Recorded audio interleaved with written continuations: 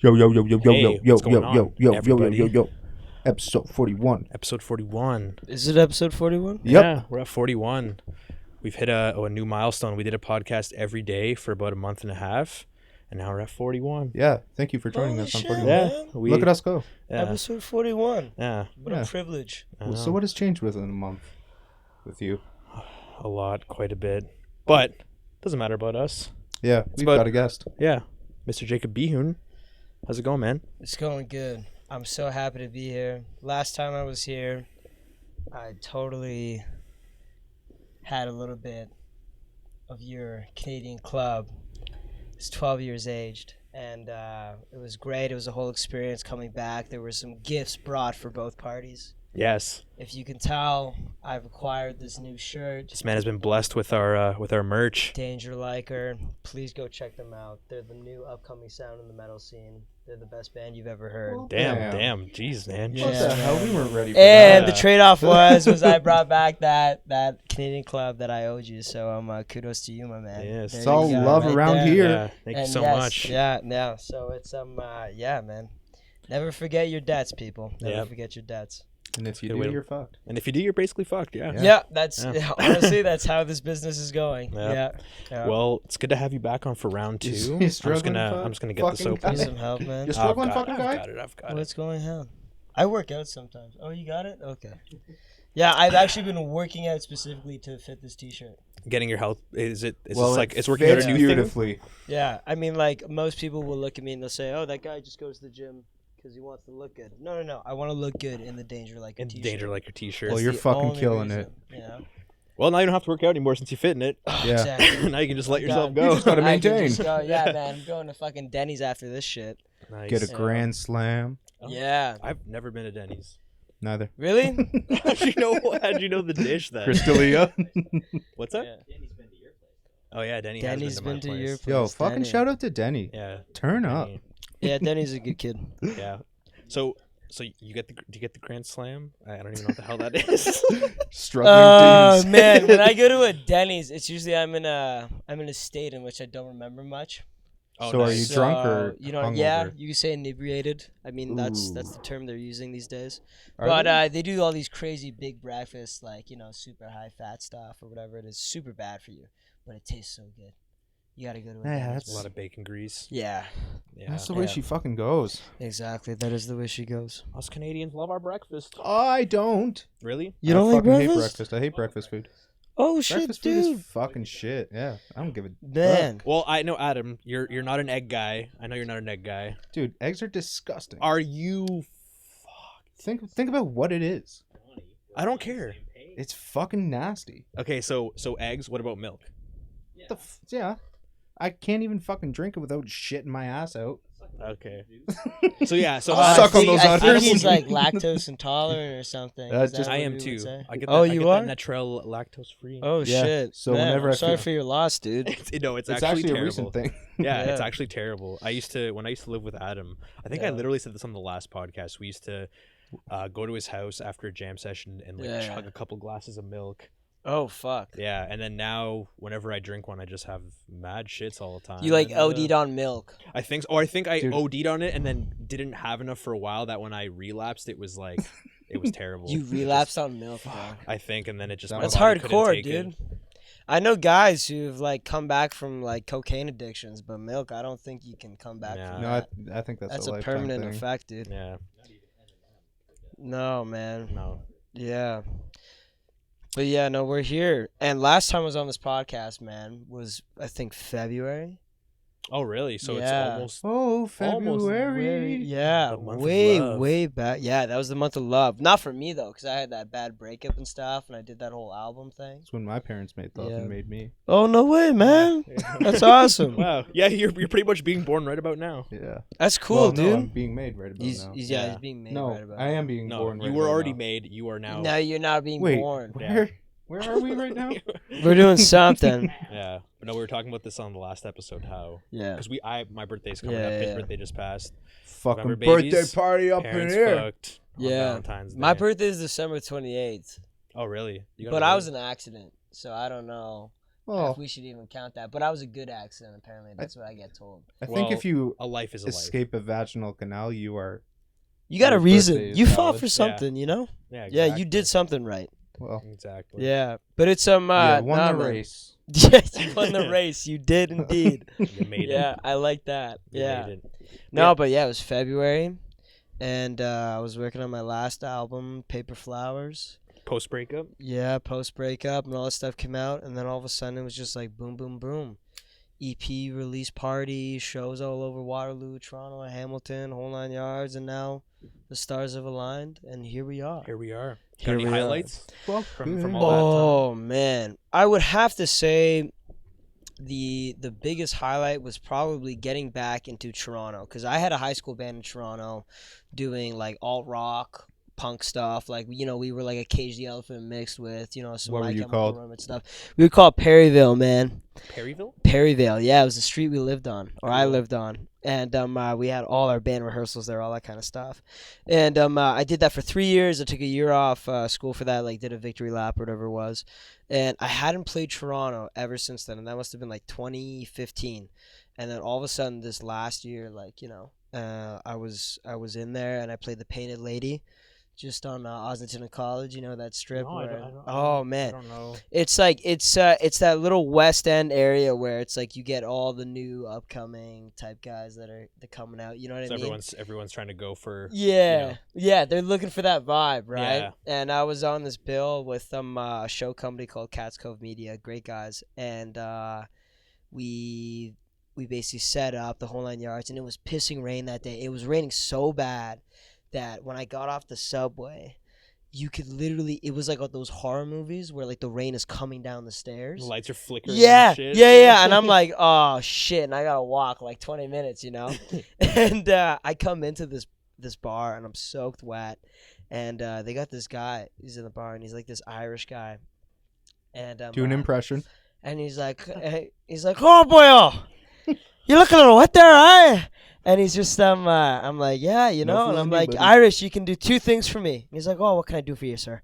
And he says, I say, you can get me a double Jack on the rocks, and you get me a fucking towel.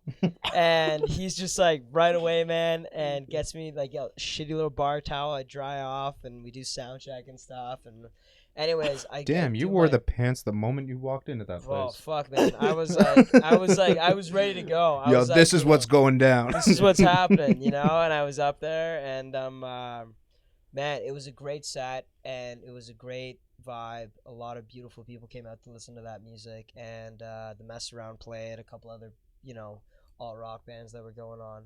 But Toronto was definitely really cool. That I would say that's a big highlight for sure. Yeah, playing Toronto was always just like this cool experience, because, you know, playing in the town that you kind of grew up in like is great, but Yeah. playing in somewhere like Toronto, like A, it's a big city, B, Yeah. We might not make it. Yeah. Yo, but that all Gardner, yeah. yeah, but also just kind of like seeing the people that show up. It's nobody that you know. That's the thing, right? Because you walk in there, and especially on that strip, like that Ossington College area, where I was playing, a lot of the crowd would actually, because the doors were open, all this kind of stuff. Because it was a summer night, you know what I mean? It was whatever, and they would stop and they'd come in. And so a lot of your crowd is built off of people just walking around Toronto. Yeah. Like looking for something to do. And that's why, you know, it's the big smoke, right? There's a ton of people out there. Like in Waterloo, for instance, a lot of your nights out, or like a lot of your stuff that you do here, it's predetermined. You're like, yo, we're going to this bar at this time. We're going to hang out there. Yeah. And then if like plan B, if this doesn't work, we'll go here. Yeah. And like, you know, like if it's a show in Waterloo or Kitchener, usually there's tickets in advance. It's like, yes, like I'm going to Maxwell's or whatever it is. Toronto, it's like, oh, like I don't know, we might go to the Baby G tonight. Or We'll might see go what to fucking Garrison. happens Yeah, tonight. we'll see what Yeah. happens. Yeah, I don't know what it's like out west. You ever been out there? No, man, but I've been thinking about it. It's but it's beautiful. Yeah, this guy's been. Yeah, Yeah, I he was lived gonna in there say, for a bit. yeah, I Dude, was gonna it's say, so didn't fucking you nice. live down there? Yeah. Yeah, the music scene's, it's the best. That's in BC, eh? Yeah. Yeah, because that's where you were hanging Fuck, out. I miss it. Yeah. So But- did you yeah. go do a lot of live shows in BC? Yeah, I went was doing since we were doing like that electronic music, I was just going to a lot of weird shit, like those noise shows that you Noise shows Oh shows. out. yeah, the avant-garde stuff. Yeah, like this- people like yeah. But it's just like there was a lot of people at those events. Is it always like a packed house? Yeah, and Wow. there was like monthly meetups every month. Yeah. What do you think defines that? Do you think that's because of like it? Were you in a small town or no? No, Okay. Were you in like a Toronto-esque kind of like Yeah, big city? like okay. Vancouver. Where were you? Oh, Vancouver. Burnaby. Oh, okay. Burnaby. Okay. So I wonder what makes like a certain area of, let's say, well, in a country for this instance, what makes a certain area thrive more within its music scene, and then what makes an area more like, well, the opposite of that. I guess population, You think so? Yeah. I think population and diversity. it's also because in this town, it's because there's so many universities and so many like post-secondary schools that a lot of students accumulate, and they're like, well, we don't all know what to do together. go to Phil. Yeah, exactly. So let's like default to the place where everybody else is at, and then that's Which is far away from all the venues. well, Harmony Lunch is pretty good because it's got for the people who don't know the KW area, Harmony Lunch is kind of like a diner. It's been around since what, 1930. I think It's like a homegrown 1830. Mouse. Yeah. Yeah. Since the It's like 1830s or something. Yeah. like that. 1830s. Yeah. yeah. Yeah. It's like, but longest building. it's killer. Yeah, and it's been getting a lot of shows from now a very very broad spectrum of genres, but right across the street is like a few, packed bars like Becky's Apartment, Pub on King, basically the places that, yeah, I guess all like the college university students like go to. They frequent more because it's like the thing to do on Frosh Week, and then they get kind of like attached to it, and then they're like, well, we're gonna go here every week. I've developed yeah. a drinking problem. I feel like if I kind of thought if maybe like Harmony Lunch and one of those places, they started to find out how to integrate themselves into like pub crawls and shit like that, I think that'd be a really good opportunity, because then it's Open like, the doors and charge nothing. well, Yeah, but is that Harmony Lunch though? But then yeah, man's that got to just- eat. Yeah. Exactly. So what? So what I will say is this: like, as somebody who's like done the Toronto thing and then has come to Waterloo as a student Mm-hmm. and has been in that environment, what's happening is right now is there's a mainstream culture of a party scene. Let's go to a club. Let's get messed up. Let's Hook do up. whatever. Right? Yeah. Yeah, exactly. Trap and get But fucked. then there's also this other scene where you have a crazy music program at Laurier. Yep. You have a really underrated program at Waterloo with Conrad Grable, which is like where I'm at, which is all the Mennonite kids. Like, it's crazy funding. Like, they're trying to push it the whole 9 yards. So you've got all these crazy musicians that are coming to these schools. And then at the same time, you've got a populace that's like local that doesn't want to tie in with that scene. And then you've Yeah. got kids that are also like, I want to party, but I want to party doing stuff that's actually going to be like interesting or memorable. Like, I don't want to go out and just listen to EDM, Yeah. And that's where you get like a lot of these pop-up shows. For instance, like I just did a gig at Starlight, homecoming weekend. So the whole sales pitch for that was, if you want a place in a bar before like 7 p.m. or whatever it was, because everywhere is going to be masked, buy a ticket to our show. And people were like, yeah, we'll do that 100%. And there were a lot of people that were actually there that were involved in or interested in bands like we would consider them mainstream, like the Arctic Monkeys, Red Hot Chili Peppers, that kind of stuff. But to them, they think that is counterculture now. You see what I'm saying? Like, it's so far gone the other way. Yeah, with hip hop, rap, and R&B and this kind of stuff. Yeah. That now like bands like the Arctic Monkeys, Black Keys, all that kind of stuff, that's considered like, fuck you music. Yeah, I'm Yeah, counterculture. You know what I mean? Definitely. Even though a lot of people in the music industry know that that is actually still mainstream. Yeah, That they're wimps. Mm-hmm. yeah, it's You could say that. You could say that. It's weird because with also how fast things are moving now with technology and everything, it's it's crazy almost fast. like music trends are now coming and going so fast Yeah. that, like you're saying, like liking music like the Chili Peppers and stuff is Yeah. counterculture. It's like, well, if let's say like the Red Hot Chili Peppers were popular in the 60s, like Yeah. that shift wouldn't have been so fast. It would have taken like It would have taken like at least like a long decade and a time. half, but now it's Yeah, like it's almost 5 like I years. mean, dude, like Singles, Arctic Monkeys were a singles. big deal when they released AM to PM. What, like fucking 2014, whatever it was, 2013. Like that's when I was listening to them, like in high school.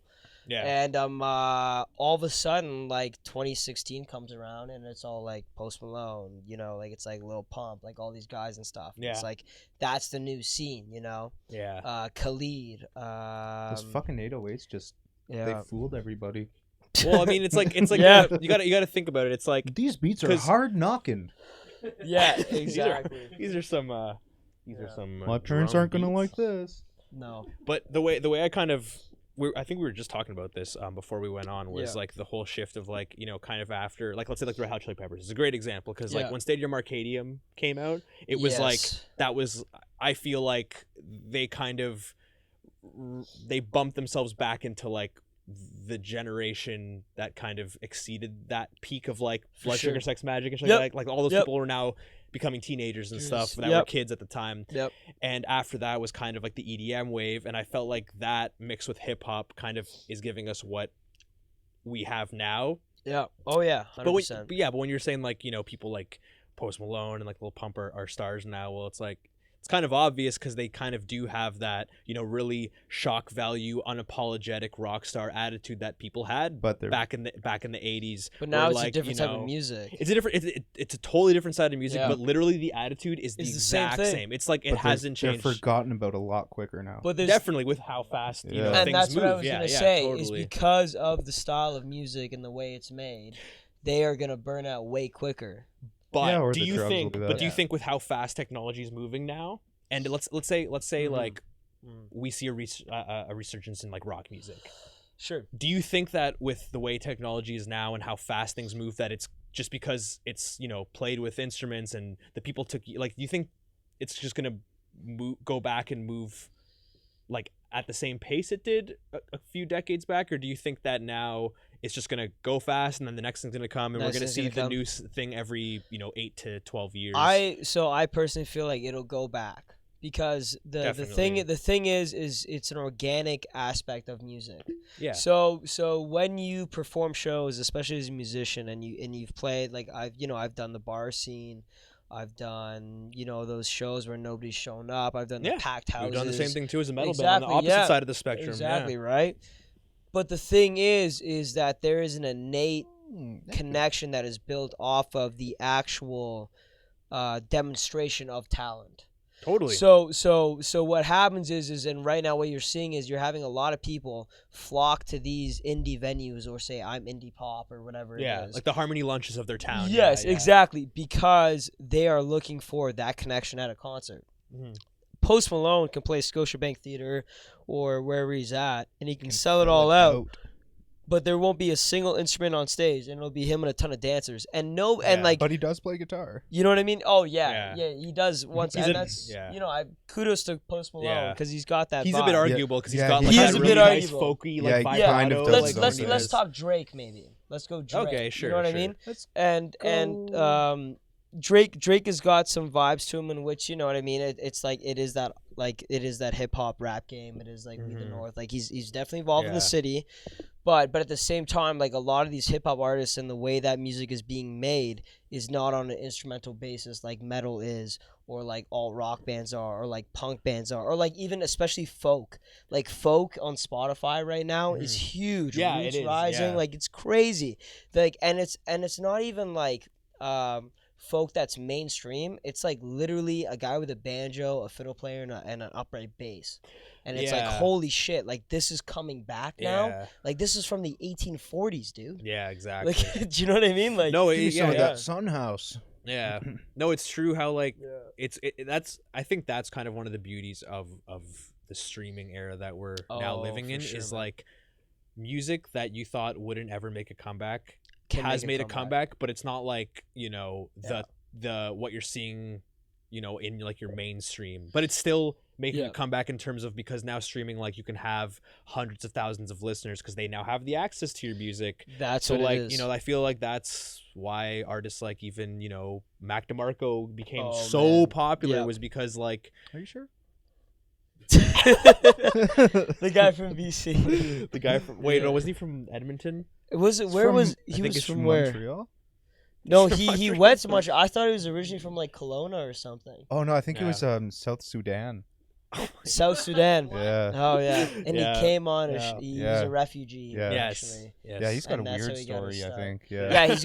Yeah, but Mac DeMarco is a great example of that. Of like how you thought Yes. that music wouldn't make a It wouldn't make a comeback or- comeback, but it and- did. Yeah, and it really set the tone for like Man, yeah. I Just- remember when that's like when Salad Days came out. Like that was huge. And you were like sitting there and you're like, you know what? We actually have a fighting chance. Like we got it. We got like this is possible. yeah. And I think the thing is that right now when you look at the economic aspect of the music industry, it's not like the car industry or food or whatever it is. Like for instance, you buy a car, that's your car for 3 or 4 years, and you drive that car till it fucking dies out or whatever happens, and you get a new car. With music, it's like I can listen to 4 or 5 cars at the same time. You know what I'm saying? Yeah. Like I can have a metal car, I can have a blues car, I can have a folk car, I can have a Mhm. hip hop car on Friday nights when I'm partying with everybody. Yeah. And like that opportunity allows the consumer to divulge into each of those markets, which means now there's way more space because of the streaming platforms. Right. And then on top of that, you have to think the music market, there's a new top 40 songs every single week. That's where I agree. That's where I Yeah. think it's more Yeah. like it in food is kind of the same though, because Yeah. it is like Okay. you have a food that has like like are you gonna buy compliments or are you gonna buy I can't believe it's Yeah. not butter Yeah, margarine yeah, I know and what that you might mean. have a Believe it. shelf life of only Yeah. a couple like a month or two because it's Yeah, yeah. 33% off and you Off. can get it right now Yeah, and it's what you want to. Yeah, Yeah. that's where I kind of think it's a little bit more like food, where it's like now that there's Yeah. music that can be kind of like mass produced at a very fast rate. Oh, for sure, and Yeah. there's kind of there's kind of that now There is contrast. It's fast like well, food you can music. go to get the like organic stuff it's healthier for you. and it's healthier for you, and there was a little bit more love put Yeah. into it. It's a Lasts little bit more longer. expensive. And it's trendy. It's a little bit more expensive, It's but trendy. It's free Yeah. run. It's trendy to Free be run. organic. Yeah. Free runs for you. I mean, it is the same in that sense. Yeah. And then at the same time, like the big thing is that like when you look at those curves, like your demand and supply, you've got I wish we had a whiteboard. like a new top 40 almost every 2 weeks, right? Everybody wants new music Mhm. all the time. Mhm. And you've always got a new top 40 bands that are trying to jump into that scene, trying to make those new top 40s. yeah, And the cool thing about it is there's a lot of music. I mean, I'm not going to look at this like a business. I'm just going to do what I love, the whole 9 yards. But then as soon as you start putting on that business cap and you're like, okay, wait a minute, there's a huge market for this. I'm in this genre. I can do that. How do I play my cards right? Mhm. All of a sudden, it starts becoming more of a career. And I feel like the last time I was on here, I was just starting that. And now I've been through that ringer. Mhm. And it's like, holy smokes, man. Like, it is possible to make those jumps. It You know is. what I mean? And it's a lot more possible than you think it is. Yeah, It's just a lot of the time it's you have ethical differences in bands. You have people that want to approach music this way. There's guys Yeah. that want to approach it that way. And being an individual artist, like I'm able to make those decisions myself. But as soon as you throw in 3 or 4 other guys, yeah. it gets There's- muddy. There's definitely two kinds of Yeah. bands. It's like the band that everybody Yeah. kind of has their equal part in like the process, and Yeah. then there's like the brainchild where it's Yeah. like Yeah. I write the songs, you guys play them, we Yeah. all have a good time, but at the end of the day I call the shots Yeah. kind of thing. Exactly. Yeah. Yeah. And I mean that's such a big thing. Yeah, I And think like that's what Nirvana was like. Kurt took like 70% of Nevermind sales. Really? Yeah. That was such a I wonder how that era it was with like royalties where I mean I think it still comes into play now with the Oh, music yeah. industry, but like yeah. back then when your only success was who televised you and put you on the radio. Which Was label like- worked the Yeah. hardest? Yeah, and I wonder just how like They it had was such a with, like, monopoly, Yeah, eh? but the economics of like splitting, like, Yeah. oh, I get 10% because I wrote it, but you get 30 because you play it live every day for 3 You years. get a little less, you're kind of Yeah, a bitch. like, but yeah, Yeah. it's the Yeah. the economics. Well, of it are so can now like Shout and, out to SoCan! Yeah, yeah. SoCan, No, big ups. seriously, man. Thanks Like for go paying check them us. out. Yeah, exactly. Yeah. Yeah. Thanks for accepting Thanks us. for accepting and looking after artists. Like Yeah. a big thing that they do is all you SoCan viewers. is they sort of give sort of an outline as to how those copyrights work or how that publishing rights work, right? And the big thing is, you know, if you're writing the lyrics and if you're writing the melody and chord progressions, most of the time that is your idea, and then a lot of things that are fed off that idea, right? But other bands will have different aspects to that, and there's individual beliefs, and those are personal contracts that bands will get into. But the big part is that if you are going to take this music thing seriously, you know, you got to make sure you know what you're doing before you jump into that environment. You kind of got to have a vision. You got to have Yeah. a vision for sure. So and what was yours, I guess, when you kind of yeah, when Jacob Bihun started becoming like the solo thing? what it is So now, I I guess. I just finished first Cookies. year, and I was like, man, I did Toronto, and it was a lot of fun, but I want to get back into the scene. And I took that alternative folk route instead of the, you know, hard rock, alt rock vibe. Definitely. And I was doing my own thing, man. It was like I had my little audio interface in my room. I rented Cool. mics from Lon McQuaid, and I just was putting out music. And, you know, I made sure my ISRC codes were intact. I made sure I was with SOCAN. And then what started happening was as soon as you start working with, you know, companies like Canadian Daydream, or you start working with big show companies like Good Company Productions or So Far Sounds or whatever it is, you just what you're doing is you're making sure that when you sign those papers that you're not signing off anything that you don't want to sign off. Yeah, you got to make sure everything's like looking clear cut. Exactly. But I thought sorry, Yeah. I was kind of getting more into like the vision for like what your overall like kind of thing was besides like the whole economic side. Yeah. More like into like did Oh. you kind of like know what your sound was going to be like? Oh, okay. Like Yeah, you know, yeah, kind yeah. of going into That's the, really cool because what happened was I had gone from this very like lo-fi alternative type-esque like wannabe, and then I discovered that back to my roots. Like when I was a kid, I spent a lot of time down south in the U.S. And if the people can see back at home, I got like cowboy boots on, Got kind your of stuff. fucking You know shit what I mean? kickers on. Yeah. Yeah, foot playlist. Yeah. Hopefully Shout out likes to the that. feet Yeah, lovers. shout out to, giving Yeah. us 20% of our views. 20% of viewers. What do you yeah. have underneath the boot?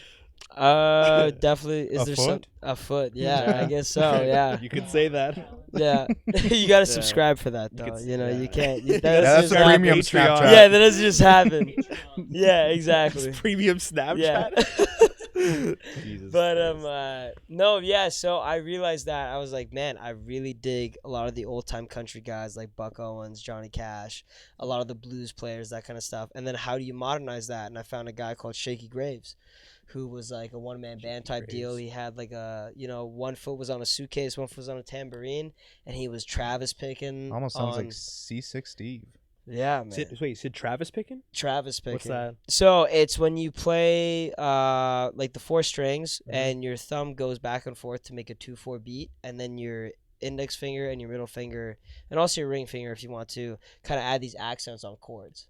Okay, So cool. it's just finger style playing, but Okay, cool. it's Travis Pretty picking is the percussive. slang they Yeah. give it because it's like that's the guy that kind of really brought it to light. Cool.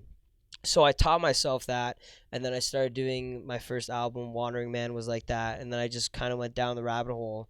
And now, being back in Waterloo and like, you know, experiencing the alt rock scene again, I'm like, okay, well, I can't deny that I do love my alt rock. You know what I Totally. mean? That's part of me. So I try and combine the two together, and you get this weird like alternative blues thing that's happening. And what's really cool is people are liking it. You know, it's something fresh, it's something very unique. And I can kind of say that because when I've played with other groups, that's the idea that I've been getting. It's kind of hard to fit that sound in wherever you're at. You know, like metal is metal, and there's a ton of different subgenres of metal. But you can still kind of categorize those. Mm-hmm. And I've still, like, to this day, like, even since we did that last podcast, like, it's still like, I don't know where I'm sitting or where my next project's going to be. You know what I mean? And I think that's a big thing too. Like, don't get tied down on a genre. Yeah, I Yeah. think that's a very important. You know? Yeah. Yeah. It's good for the creatives mindset to not think Yeah. that they're limited to a genre, but I think no matter what, your fans will always try to be like, no, he's more folk, no, he's more like all rock. yeah. So I Yeah. think it's cool that as long as you have that mindset, it's always going to be cool for the fans to have the conversation of like, no, he's more this, no, he's That's more the that. big Because thing. if you're just one thing, they're going to be like, Yeah. top folk artist Jacob Bihun. Yeah, you know, exactly, it's just right? gonna, Like, Gotta keep yeah, the people exactly. talking. Yeah. And then like you have to kind of ask yourself, okay, do I want to appeal to a lot of people, or do I want to appeal to people like in this specific market? Like, do I really want to specialize? And then like you could ask yourself, like, okay, this is the music I'm making right now. Like, is that really what I want it to be, or is that something that is just gonna get on a playlist on Spotify? Or is this music gonna age well? Exactly. Yeah. There you go. That's another huge one too. That's another. Right. Do you keep that in mind about like how your music will be looked at? When I ahead of as I time? progress. With foresight, Oh I yeah. guess? Oh think it's yeah. just Do you look at your Um, music with foresight, or do you kind of just like to live in the moment? Consider your legacy at all? Yeah, do you consider Yeah. your legacy? You know what? Jacob I Bihun? will say I do. I definitely do not, because good. I feel like if you are trying to pertain to a wave or an idea that has not occurred yet, you're making some sort of music that isn't actually you. You're way too worried about it, and then all of a sudden that doesn't become an organic aspect of music, which is so key into connecting to your, I guess you could say, your market or your crowd Yeah, or whoever it totally, is, or yeah. you yourself. Yeah. People can smell the phonies. Yeah, and like Yeah. back to that whole idea with the fast food of music, that's what these guys are doing. Yeah. Is they're just cranking out something that they think in about 2 weeks' time is going to be the next big thing. So now here was my Yeah. question to both of you guys, because Yes, with please. so I will give you the question. With that in mind, where you're like, Yeah. like there's this music that's kind of like the impression that it's mass produced and that like Yeah. a song can be made in 2 Yeah. weeks, and then there's also that pressure to that whole kind of side of the industry where it's like, as soon as we make a song, we got to release it because it's like the singles game. Yeah, But- exactly. But yeah. what about people like, let's say like kids who like grow up and they love like Kids. this new Yeah. kind of music, They're into it. It's dope. and what like, so where do we draw the line? Where can we smell the phony and smell the genuineness of that? Like, have you discovered any like artists where to some people they're like, yo, this is shit, and it's like newer, kind of like more like whatever in the production style, and you're like, I know and you're what like, you mean. and you're like, no, like this is really good, like you don't, like you gotta listen to how it's being made, but they're like, nah, it's just all 808s and rapping and Yeah, whatever, and yeah, you're like, yeah. no, like Okay. like no, I know what you're that's saying. because it's more like I get it, like because I you go on the radio and I don't you know. can You easily just pick and choose and be like, this sucks. Yeah, this do you want to go whatever. first on this, man? You can smell Yeah. phoniness very quickly because it's just Yeah.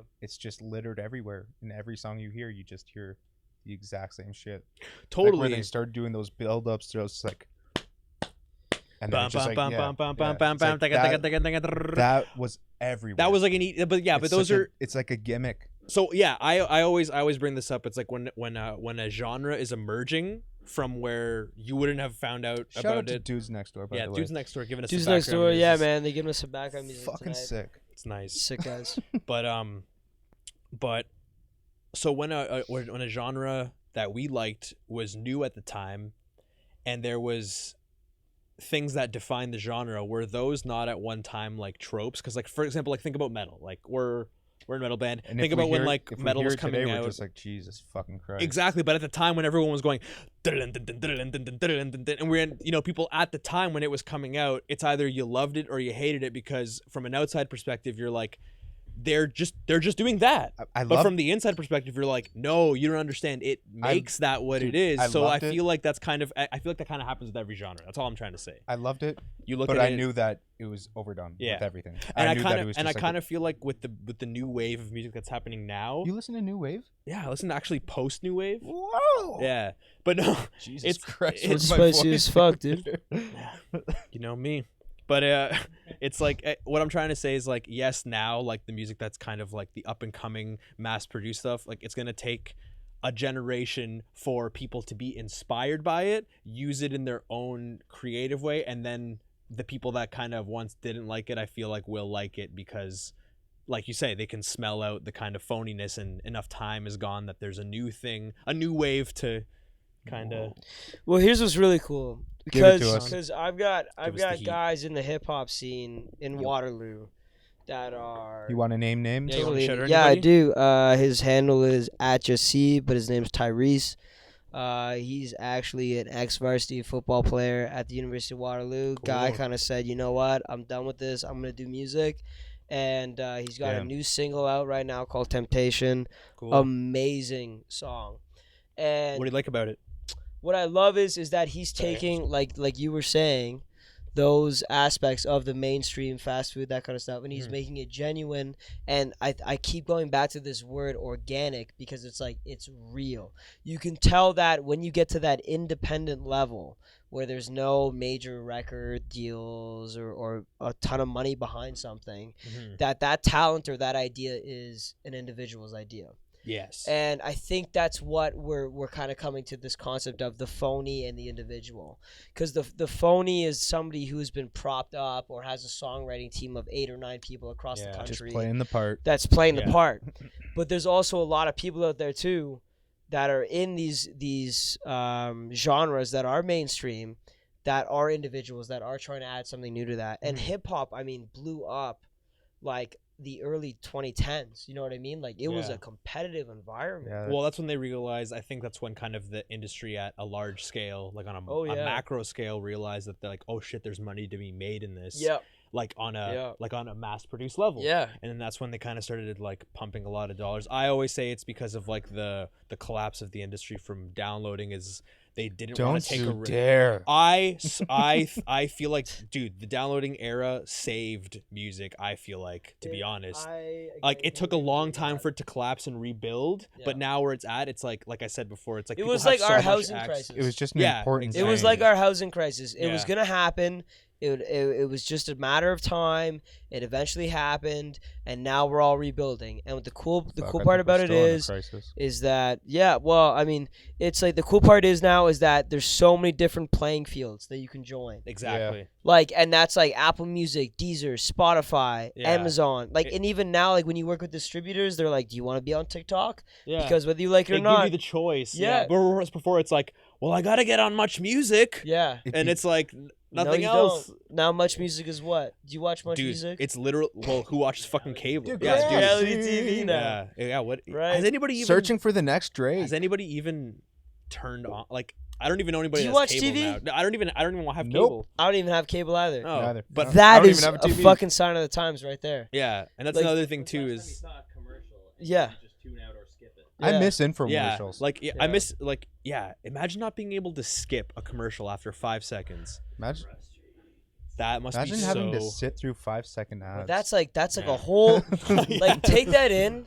That was like the 1990s and like the early 2000s. Yeah. And now it's like now. You don't even think about it, and You don't even think and about that era of like commercials and TV happened for decades. So imagine that Yeah. being obsolete in like a 10-year span because now Netflix and all these Holy apps smokes, don't dude. have that. Imagine what's gonna happen in 5 years, and then 3 years, Yeah. and then because we're gonna remember the whole YouTube thing. Yeah. With, It's a perfect segue. yeah, Yeah. perfect They're segue. still acting like it's the 1950s, and you have to appeal to Colgate for your fucking. Yes, Like, 'Cause now Colgate there's has a new to be cool, YouTube everything law in happens on effect. your YouTube channel. for the people who are watching and listening, there's a new YouTube effect, COPPA, the and everybody's pissed. Yep, the Children's Online Privacy Protection Act. Yeah, Yeah, that's what exactly. we're at. They're copping a feel on all of shit. us because now, for people who don't know, whenever you upload a video, go live, anything on YouTube that you're submitting content to their platform, they basically give you.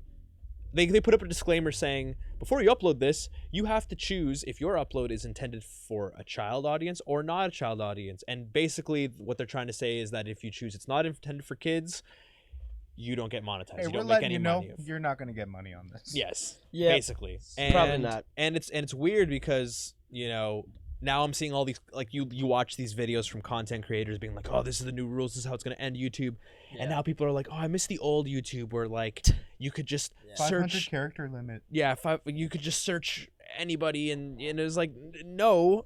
You liked the era of YouTube where there was, like, content creators and, like, PewDiePie and stuff like that. It's just Yeah. like, you just liked Less rules. you just liked less rules where they could, get away with, because that was the beauty of YouTube. It was like, oh, cool, now people are making shit that's as good quality as TV, but it's I don't want to say it's uncensored, but it kind of is. It's like, remember when you watched Much Music when you were, like, a lot younger, and it seemed like they were just kind of given money and they could just kind of do what they wanted. Yeah. It was kind of like that, where you just kind of, there was a trust. Yeah, it was like, we're going to give you the money. You're already giving us the viewers. So Go crazy. this is the It's trade-off. already guaranteed. Yeah. Like it's already guaranteed. And like what you're seeing right now is a big jump between this the idea of censorship, right? And like especially as musicians and people that produce artwork, censorship is never a good thing to have on your mind. Well, no. Because it's the idea of how do you pertain that kind of stuff. And like we were talking before the podcast, you know, I've got a new single coming out November 27th, Pandemonium. But Sounds really yeah, fucking good. thank you so much, guys. Yeah, we it got a means little lot. taste of it. Sorry, Yeah. y'all. Sucks to be you I know, guys. I know. You guys have to wait. Yeah. But it's if worth you it. maybe if you come live, or Come you come live. live. Sorry, Come live and don't often. come live, but you Yeah. know. Come live. If you come to my show, Maxwell's, November 21st, Make sure you come. yeah, grab a ticket. You might get a sneak peek there. But basically, the whole idea was behind that song was we were going to show the chaos of what's going on in today's society, and The timing of yeah, exactly, right? And it just all kind of worked out, and I said, okay, well, I'll take some clips from the Hong Kong protests, We the need to climate move. change protests, all this kind of stuff, right? And sure enough, I put it up, and it's live for like 5 minutes. It gets taken down, Yep. and they're like, it's political. I appeal. I basically say the music is doing this thing, and it's not deciding on a side or trying to influence people.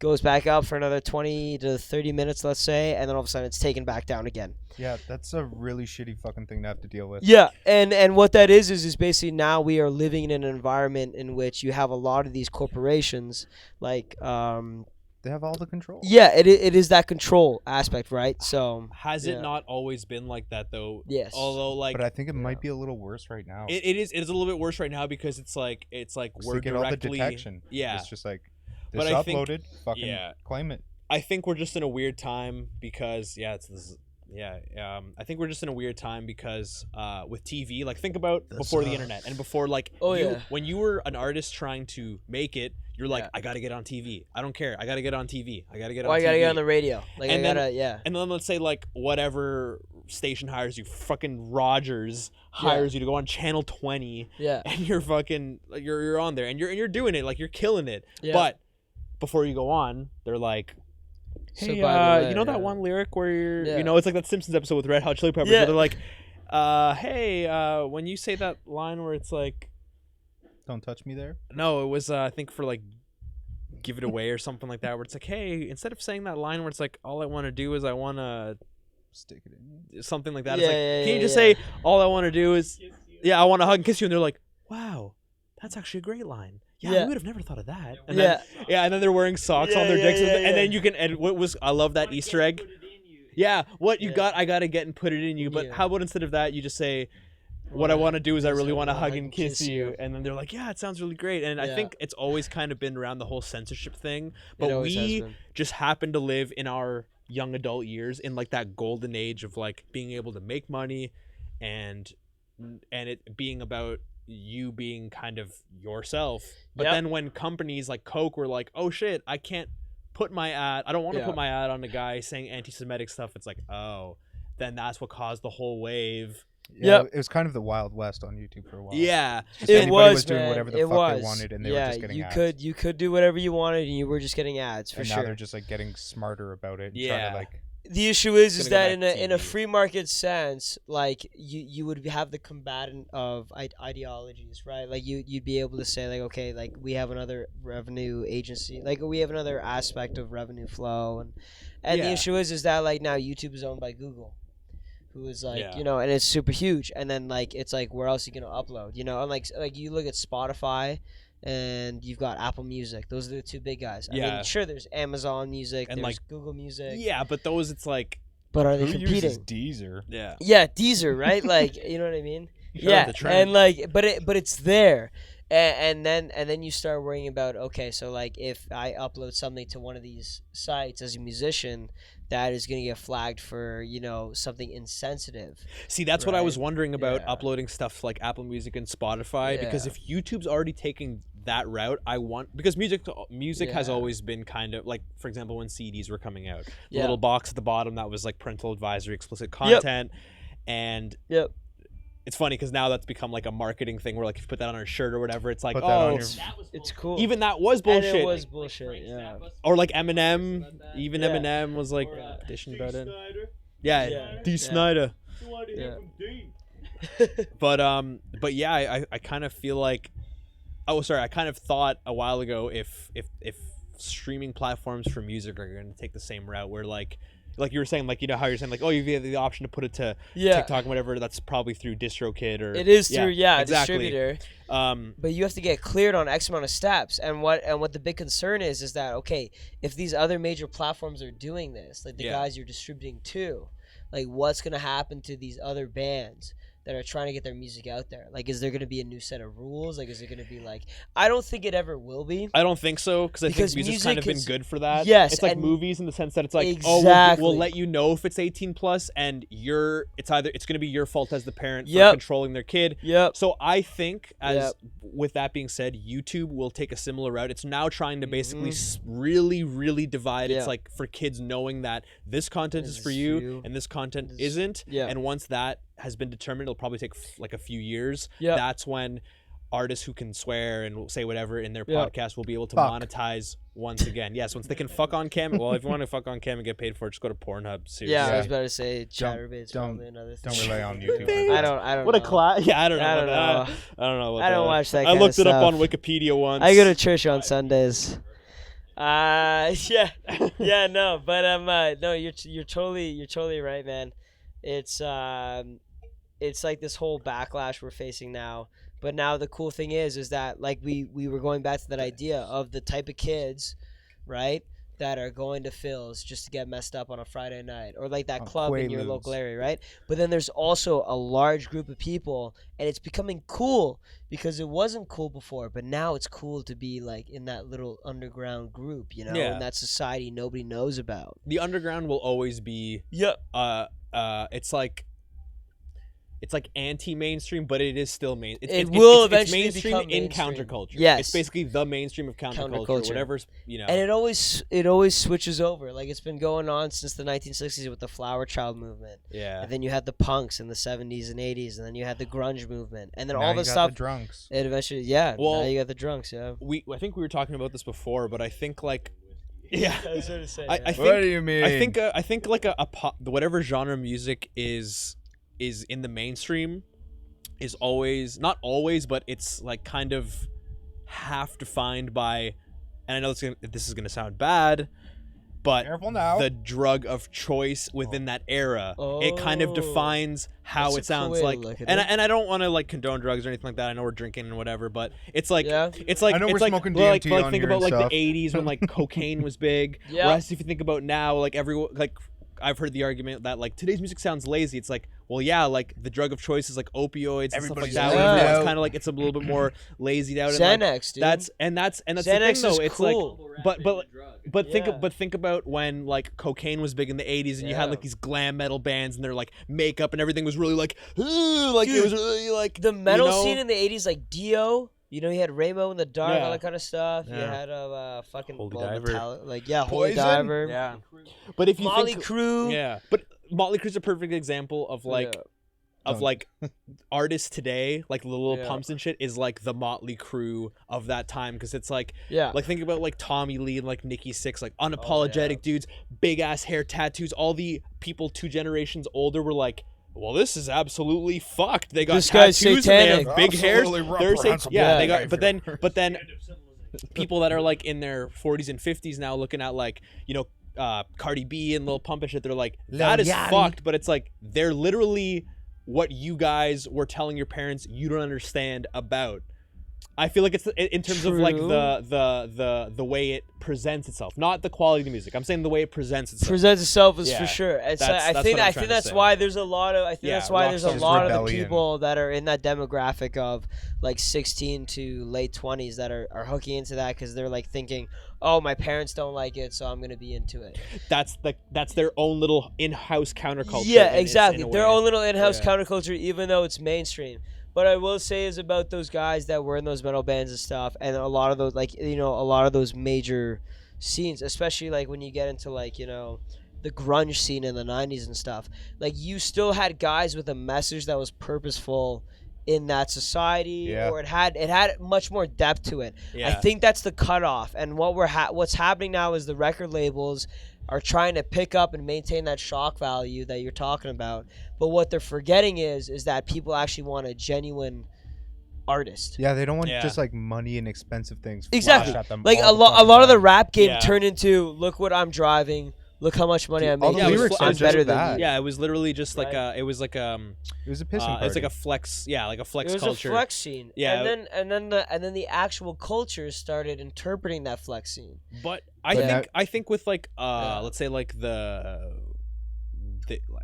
Yep. the generation now that's into like kind of like the emerging scene of like hip hop and stuff, I'm definitely seeing a more diverse change. I'm definitely seeing the Yeah. subgenres because like there's like Jesse's brother Jordan. Yep. He's really into an artist called Ghostmane, Yeah. and Ghostmane's like I kind of see his image as like the Marilyn Manson of like that new wave of like and that's gonna happen. that kind of yeah, because you have the counterculture of like, and then Exactly. it's gonna be Exactly. the marketable counterculture, Yes, and that's kind of what it more or exactly. less is. Because if you think about, you know, back in the day of like, you know, when grunge was big, you know, like Anti-hair metal.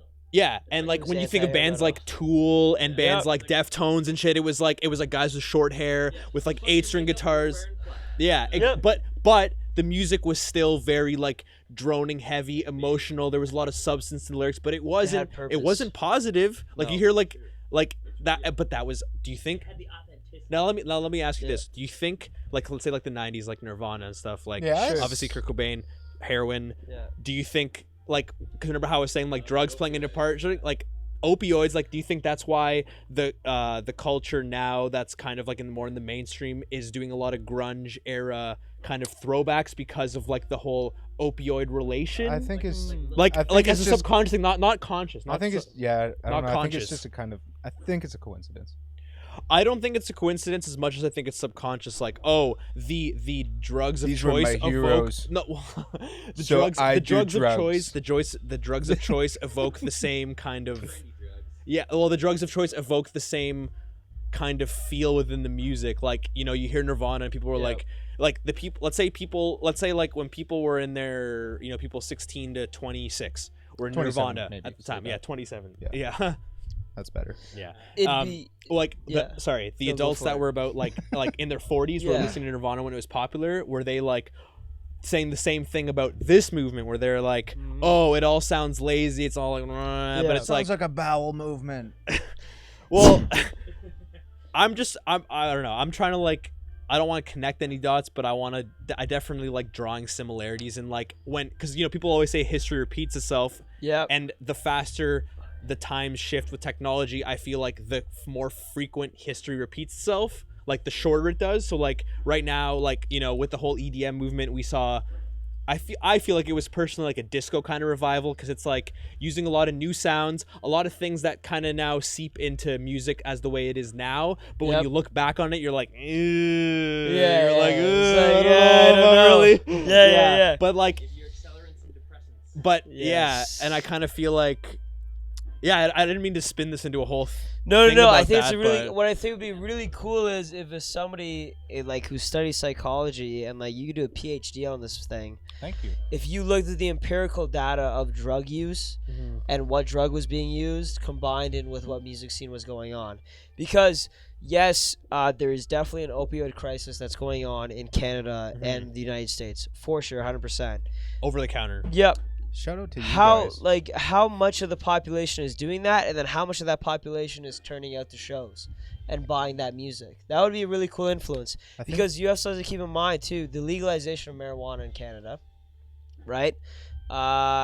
Drinking, right? The age is 19 in Canada, or yeah, it's 19 in Canada, it's 21 in the U.S. And 16 everywhere else. Yeah, 16 everywhere else. In the UK, it's 18, right? So all these things it's, and I mean, it was another conversation we were kind of having earlier, was it does society shape the musician, or does the musician shape the society? The I think- fentanyl does. You know? Well, Which is I it's think heavy-duty stuff. I think it's a very a quick shift. It's almost like Yeah. the society breeds that human Yes. that kind of becomes the tastemaker, because it's Yeah. always like when a new wave of music comes in, it's always like 1 to like 4 or 5 artists that are like the godfathers. Like if you think about mainstream music now, it's like Oh, yeah. Drake, I love Drake. Drake, Migos, Yep. Migos. who else? See, it's tough I to would do say, now like, because I there's would- so many. It is, but like, okay, so But there is still though. We can both agree that like Nicki Drake is Minaj. that top. You know what I mean? He's in that. well, Right? Drake, Like, he's no in that matter vibe. like him or hate him, no matter what you say, Drake is gonna go down in history as like the top artist of this time. And I don't Yeah. care what Got anybody. booed off I don't. stage. Yep. I don't. Yeah, but think about how, dude, being, There's a lot Laugh- of bad things. dude. Yeah. There's a lot of bad things, dude. Yeah. But think about how marketable that's going to be for like even me, an artist. 10 years into my career, selling platinum albums, and I still got booed off stage. That means anybody can do Yeah. it. Like, dude, think about how like. I want my chips with the dip. Like, yeah, dude, seriously, because Drake, it's like he invested himself into a sports team, which great move on his part. Shout out Holy to shit, Drake. and they ended up winning the championship. And then being winning the championship yeah, it game, was- but in their losses, he was always using the losses Yes. as like we're gonna go on top of the sea. Me, like I started out, Yeah, yeah. started Started from the bottom.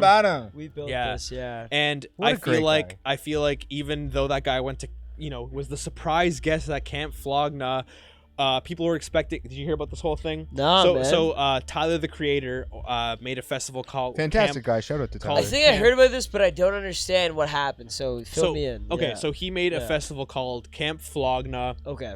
Did he headline it? Yeah, always. So he headlined it, or he Okay. headlines it. And this year, he released the lineup, The and there was one blurred, like pixelated artist. Oh, And Japanese. everyone was like, "Oh shit!" Like, "Oh, it's gonna Yeah, happen," yeah, and everyone's yeah, freaking yeah. out. And no one knew who it was until they saw that artist perform at the festival. So even until that point, it was a mystery. Great, That's sick. good job on today's society of keeping it a mystery. Yeah. But everybody thought through clues and whatever they could find, it was going to be Frank Ocean. Hey, no clue. So everybody's expecting Frank Ocean, Frank Ocean, Frank Ocean, Frank Ocean.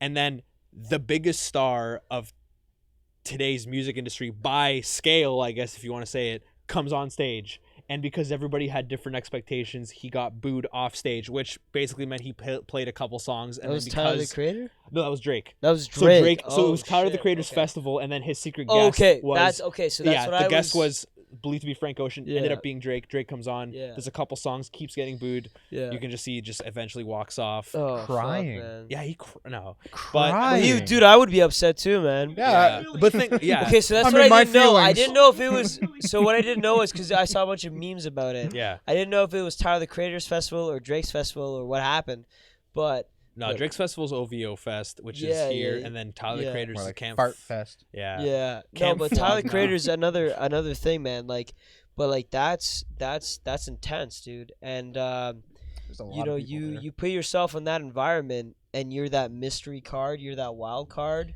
and Yeah. you don't know how that's gonna line Dude, up. imagine going out there thinking everybody's gonna love you and you just Yeah, but get like the that's shit booed out exactly of you. what I'm saying is Oh. like it's like that but that's also a very good kind of thing to look at from an Yeah. outside perspective and be like, here's the artist, the top artist who you think everyone's gonna love, and he gets booed on stage. He doesn't. So what does fit- that And tell you that's about like the society? yeah, what does that tell you about commercialism? Is like or Yeah. even just mob mentality It's in just general he is doesn't like, fit the actual vibe of everything.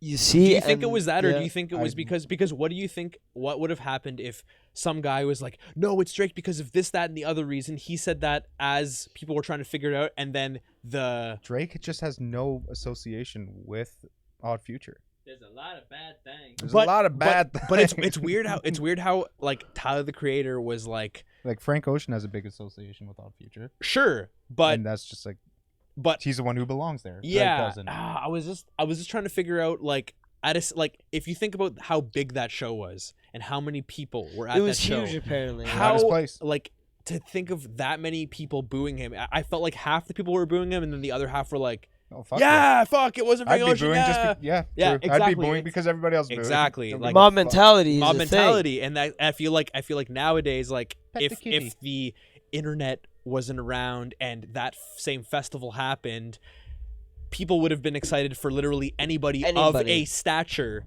Yeah, So that's kind of bro, they Maybe. could have brought what I'm fucking trying to Metallica. analyze. Maybe. Yeah, exactly. They Like, could have brought see Metallica what would have happened if it Yeah. was like Slayer or Metallica? Yeah. Like people, I don't Goodbye. think people would have booed them. I think it would have been like, whoa, crazy because Who are it's these the, old farts? It's yeah, that guy I it's the saw on same- Much Music last week, man. or it's the same kind of like, Yeah. oh, props to Kanye West giving this Paul McCartney guy a break. Yeah. It's this. I feel like it's the same. Yeah. I thought that was pretty sick though. I listened to the song. Yeah. And it was pretty cool. Yeah. Yeah. Well, that is how Kinda- Ozzy became famous, isn't it? Yeah, through Post Yeah. Malone. Yeah. Yeah. No, but it's just like, oh yeah, it's just like, holy shit, man. But it shows you the vulnerability of those big corporations, and that's like, cause you know what I mean. They'll try and plan stuff. But like, think about how many people were like, okay, we're gonna blur out Drake's name. We're gonna make sure it's cut. Everybody's gonna think it's Frank Ocean, and we're doing all these tracks. Because they made it a little bit longer. They made it. They Yeah. didn't blur it like in this small You know little what I'm thing. saying? It was like a little bit bigger. That was thought, and now so- they were like, yo, people are gonna love this. Oh, so they Yeah. intentionally fucked with the audience. But I think they were like, we want to make sure people don't know who it is, rather than like, we want to make people think it's Frank so we Ocean. want to lead these people on. Like that same Yeah. little rectangle, you can fit Drake, you can fit Tool, you can fit Yeah. fucking Prince, who is dead. Drape? Yeah. Yeah. You can Drake, fit you can anybody, fit man. Drape in there. Yeah. Speaking of which, I fucking saw Tool last week and it was fucking Oh, shit. crazy. I had a friend, shout out to Melissa if you're listening. Melissa, thank you so much. Thank you, She Melissa. hooked me up with a free ticket to see Tool and it was wild. Like she hooked me up with a like That is a literally beautiful friend. 30 feet Oh, away fuck. from like staged right, and it was like Wow. holy shit. That's an like, experience, man. dude. It was. Have you ever seen them live? No, but I mean, I'm a big fan of Ad Tool. Enema. I'm a big fan of Ladder Lass. Yeah, those two albums I yeah. think pretty much Those are my two define biggies. them. They just put out something. Fear Inoculum. Yeah, I Yeah, have that album not. took 13 years. Kind of sounds like Yeah. everything else. See, Yeah. that's the thing. Okay, if we're gonna go into that, I don't think we should. Well, yeah, but what It's a That's- crazy that's a like Tool, deep, like, and deep- that's but that's Tool that's time. another thing. That's another thing, though, right? Like Tool Time. is one of those bands where you're like, all that music and all those people are loving it, and it's that free market aspect. that of, was like counterculture thing. To, Exactly. like, These guys. But now to it's the like, most, like, holy smokes. to like you know? a T that was counterculture. Tool. Yeah. It was like the band itself. Well, there's your problem. Here's your problem. well, the- Nothing's connected. Yeah, I have to jeez. resolder it. The band itself. Patrick's microphone broke, but the Oh, band shit. itself was Hey. like they never did any like mainstream interviews. They Nope. were like, and whenever they did, they were always fucking with them. Yep. And I think it was the Um, drummer's website. If you had asked a question that was already previously asked, you would get immediately banned from his website. I Like, think on you his show up forum. to your house and beat the shit out of Like you. that is like it's just fucked. Like these guys were fucked. You know what I mean? And they Yeah. were just like, but it was cool. And you're Yeah. like, yo, Nobody I else want is to doing be this. associated with that type of music Yeah. and that type of culture. It's like the positive version of a cult. It's Yeah. a spiritual thing. Well, for the- people. All cults are pretty I- positive. I was I think so. They can be. there was something Yeah. about like cult mentality that I was There's a looking really up, good and guy, and yeah. it was basically like if it all comes from if you like people don't like to feel stupid about not knowing something. Yes. So if there's this whole thing that like that's why people get hipstery Hello, about their favorite artists, Nirvana. Nirvana, because it's like you That's my shit. yeah, it's like people start understanding what goes on in the artist's mind, and everybody kind of gets on it. And if Yeah. you're one to like figure it out from an earlier time, I've been on it. yeah, like exactly like the whole Nirvana thing. Exactly, like Nirvana took a generation of people to be like, oh, we're gonna use this in a newer way, kind of more of a cultural aspect than like a songwriting aspect. Like no one's using Nirvana chord progressions in like trap songs. Like No, let's be I'm real. just gonna, I'm gonna wear their clothes. Except for Lil Peep, maybe. Well, Lil Peep is he does a lot. He does And he. is only being produced by people who were friends with him. Yeah. after he died. But it's cool His because new album came out like last week. Yeah. He sounds so fucked up. On Is all he the doing a tapes and all hologram that tour? covers and shit. I really Isn't that messed up that they can now take you and like all the shit that you did in like B-roll, they can take Just that make now and another just one say of you? like we still own you even though you're fucking 6 feet. We under. got you Yeah, for 4 the- more the- years, son. Even though he sounds like he's blasted on opiates, like it's chopped and screwed to be. I kind of want to have that Oh, happen it's to me. I Texas kind of style. do. And what I always wondered about that was like, yeah. But what because it's the same thing with like the Tupac hologram and shit like that. But what I always wondered about that was like, Tupac's you know not even how dead. you were saying it's like Yeah. imagine like a record label still saying that they owned you and like using you for like Yeah. slow profit. What if that is the estate's choice? Well, then your family's What fucked. if they're like the record label's like, hey, we still want to, you know, they do a lot of buzzwordy It's stuff. definitely- We still want to continue the legacy, and we still want to do this. You Don't still worry, want money, you'll right? still get So- 40%, and they're like, yes. 21, so it's like, why would his parents want to glorify the lifestyle? Because no, because Lifestyle they're of a not 21-year-old because is it's not not nice. it's not about how about they're the- thinking of it. It's because of how they're About to blow their minds. it's who's positioning it to them. Blow So yeah, blow us, I will Jacob. blow your mind. Blow all over. Blow away. A lot of these situations, Oh fuck! Here we go. right? The person passes away. The estate, obviously, in the will is left to them. Yep. And a lot of musicians leave that. Like you have Michael Jackson. You've Yes. got Jack the us up. Marvin Gaye. Remember that whole thing with Ed Sheeran, right? Okay. Oh yeah. Believe it or right. not, these people still need a financial income because those royalties are only paying so much. Right. So what happens is that when you die as an artist and you've signed that will, it's gone. Like it can happen no matter what. Like look at Kurt Cobain, right? His diary, his personal journal. Yeah. You own it now. Yeah. There's you so can weird. buy it. Yeah. A lot of the And it's entries like- were fake though. You know what I'm saying? So that's what I think, and that's why it's so funny. I've been doing the whole rock and roll thing, playing all these shows, that kind of stuff. People are like, man, it's like, and it's so funny when you get back to the level of like you come off stage, and you got that girl that really wants to talk to you.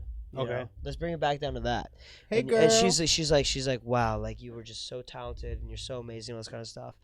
And you're sitting there and you're like, man, I was just being myself. Like, this Yeah. is just what I do. Yeah. But there's a power element to that. So when you die and that legacy is left behind of whatever you did, like it was Little Peep, right? We were talking about. Yeah. You haven't stepped. You're up there forever. So there are people, especially your close relatives, that say, "Well, he would want this."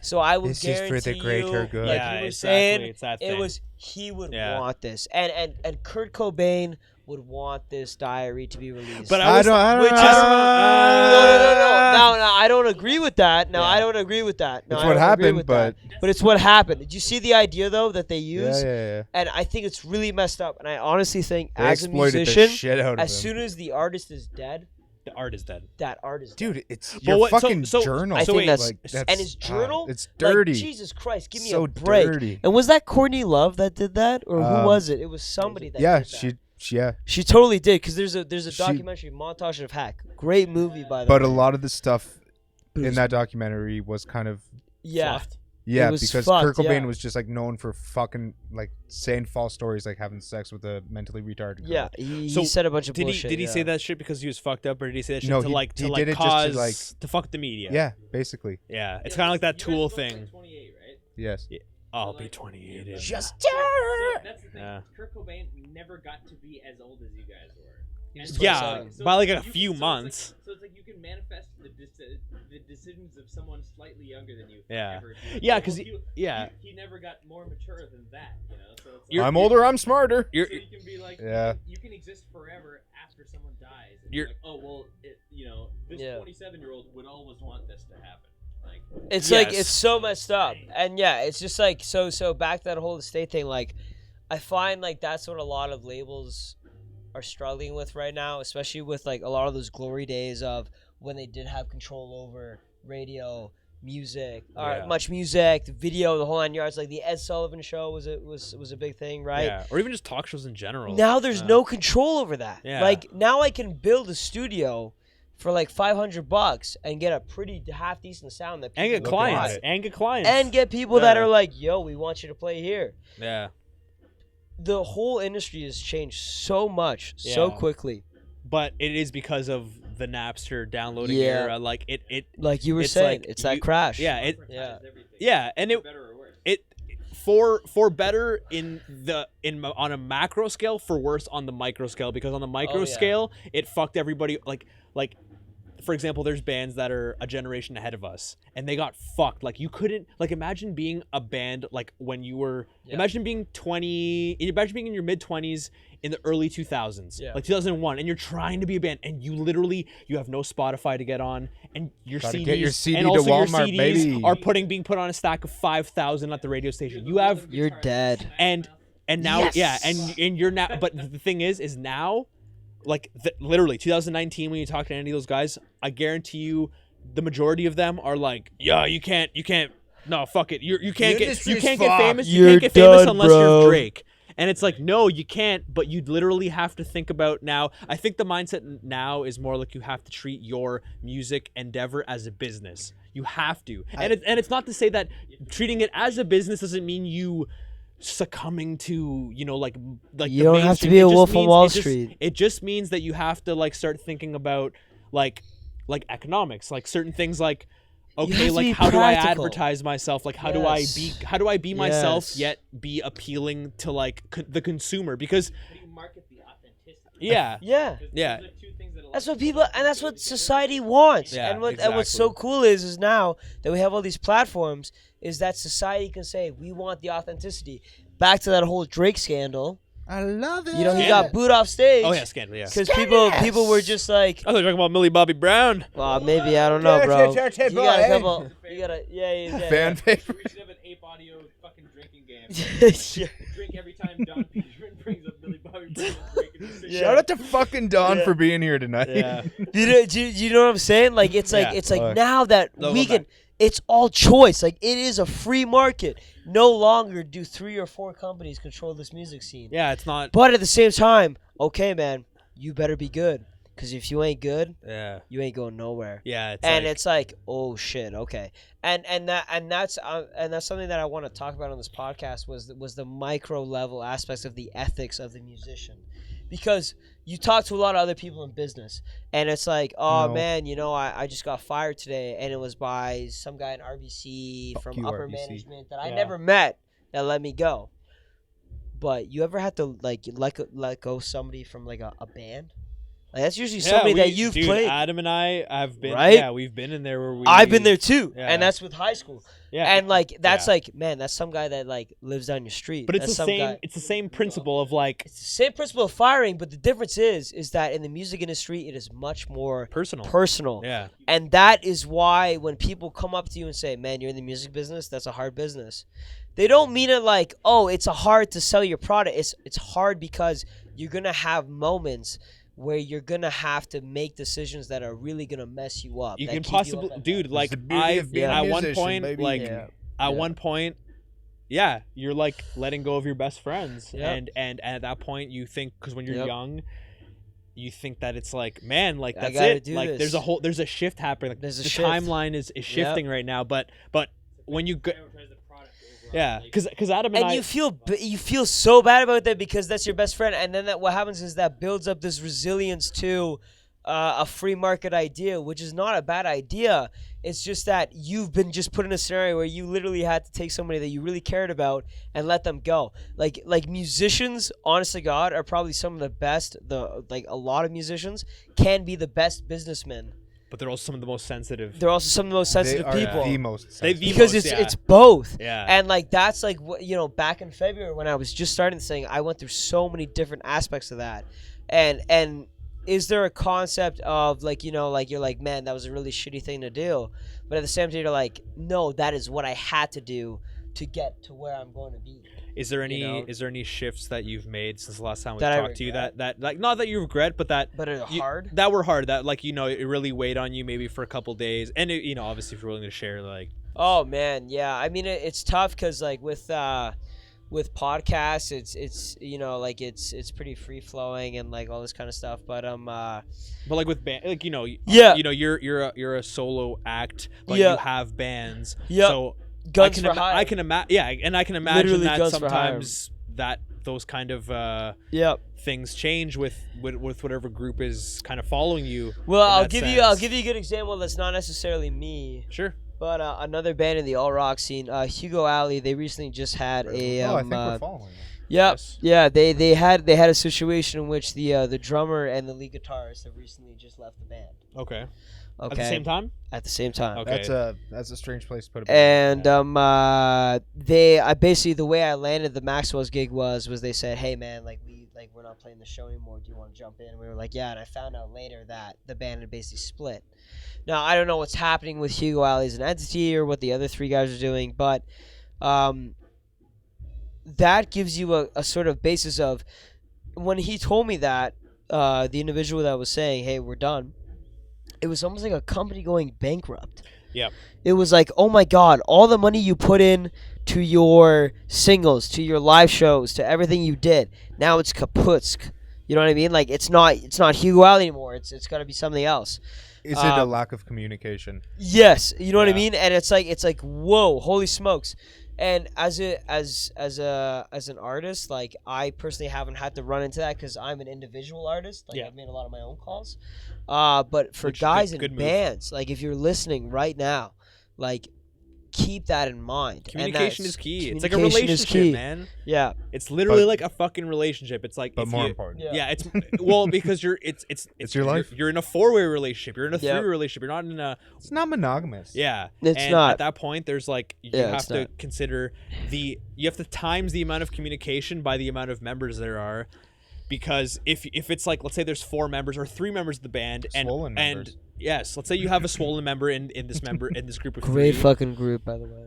and you have 2 members that are really that are really well communicated. You have 2 members that are really well communicated in this Yep. group of 3, but one of them isn't. Yeah. Well, then there's going to be a huge falling out because either that one member is going to eventually quit, or they're going to express a lot of their And that's it. frustration. That's your whole idea of what we were just Yeah. talking about in that Wild West. That is what's gonna make or break you from being with everybody else. And I find that's what a lot of bands are struggling with right now. Yeah. And what the cool thing is like with podcasts like Ape Audio and what you guys are doing here is you are giving a local take and an indie take on what a lot of these bands are facing.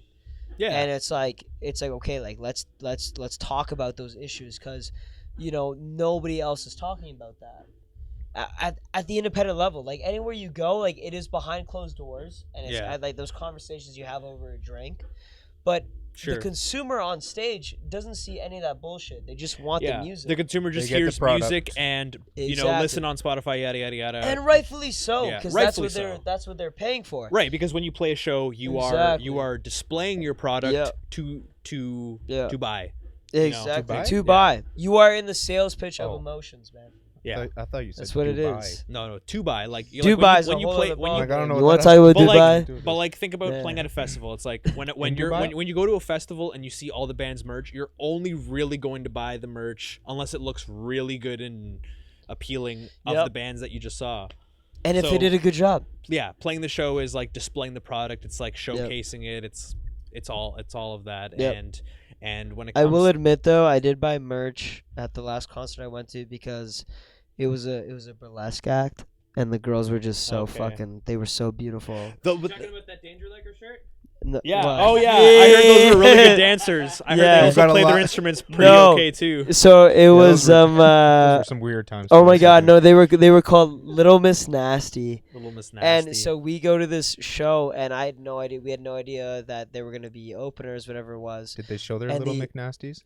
Dude, they Did I did a say lot. McNasty? You said Mc- It was like okay, so it was a burlesque act to like death metal music, which was like what? yeah, exactly. You think what, but then you start watching it, and you're like, oh my You so god, you're like, McNasty. wow. This is kind of hot. And I remember they were like, yeah, we're gonna go take photos at the back, and I'm like, man, I need to go get a photo with these girls. Like, I'm only gonna have so many photos. And the guy's like, oh, you need to buy a piece of merchandise if you're gonna take the photo. And I was just like, No, I whatever, don't. fuck it. How much it was? Like, I Yeah, didn't give that's a like the shit. equivalent of a guy being like, Yeah, yeah, where he's like, you can't use the phone unless you buy something. yeah, exactly. That was literally like that. Take this 20 from using my ATM unless I buy a pack of Unless Yeah, you let's buy see a if pack Toilets of only for gum. customers. And Yeah. I was just like, god damn it.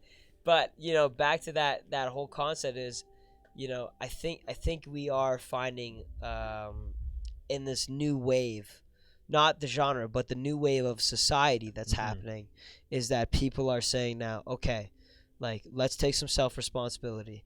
Let's take some actually thoughtful ideas in our music. Let's see what's going on in the world, and it's really cool when you study that in the sociological aspect instead of the psychological aspect, which is the individual compared to the society. And it's like, okay, well, how does the musician fit into that? And what you're noticing right now is that okay, Drake can get booed off stage. If Drake can get booed off stage, then anybody can get booed off Yeah, stage. and I think And if he that's- can get booed off stage, then I can get applauded on stage. yeah, And that's what I think a lot of young guys and gals need to know in this industry Yeah. is that you've got this whole big world in front of you. It's just nobody's telling you how big it is because they don't want you to know how big it is. Yeah, so I guess in a sense, him Yeah. getting booed off stage is a good thing because it shows people it's like, yo, Use a doesn't bitch. matter how high of a How level high you up get, you are. you're still A gonna bitch. get a lot of hate. There's Yeah. Still there's a lot of bad bad things. Yeah, a lot of bad things. Yeah.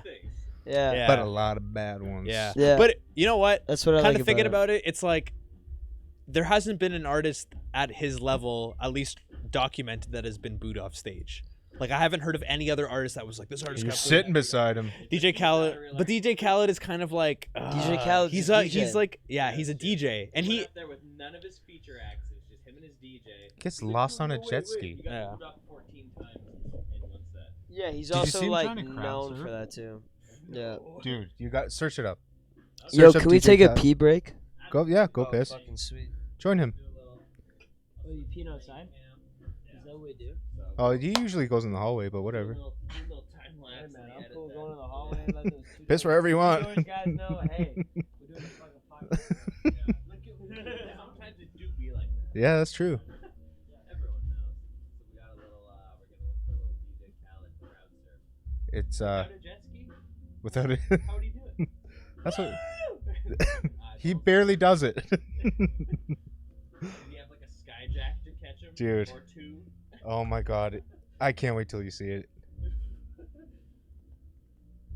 Hey, good fucking internet speed today, huh?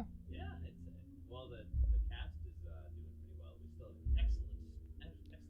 Oh shit, there's a lot of viewers. We're 121 minutes in. Whoa. I mean, an hour and 21 minutes. So Oh, I'm like, 80 holy 81 fuck. minutes. Damn. But yeah, 2 hours is different than an hour. Yeah. The Cast is so the fun. podcast. Yeah, it's Whoa, you two heard us talking about Mac DeMarco because we got an Ardwar from 5 years ago. doesn't surprise me. Pretty. Um, She looks a lot older dude, than us. if you were here for the podcast that we had the other night, Yeah. it would have been fucking crazy. It was already so insane. Yeah. I love those Block Grant boys. Man, they are so fucking funny. Yeah. God damn. Look at that. Talked for like 2.5 hours. Hell yeah. I feel like podcasts are really cutting it down to 1 hour now. Yeah. It's funny 'cause a lot Like of everything out of your mom's house, yeah, it's all 1 hour. that's true. I think that's the sweet spot. Dark is about 1 hour. I fucking love that podcast. Yeah, it's great. It's my favorite. you get some of the psychology of Yeah. how these comedians are It's fucked so up. fucking interesting. And yeah, it cuts right to the heart But of when he it. starts like talking about rosebud porn, you're just like, whoa. Okay, yeah, okay, there. Too many. There's moments where that podcast actually makes me feel sick. Yeah. Which podcast? Dr. Drew After Dark. Yo, let's watch one of these videos, you guys. Yeah, DJ Khaled stage diving. I think it's the top one there. Okay, let's fucking. Ends up crushing. Yeah, more like stage crushing. That's a great title. Fonda. Honestly, this From the background, foods. is perfect. Yeah. It's fucking.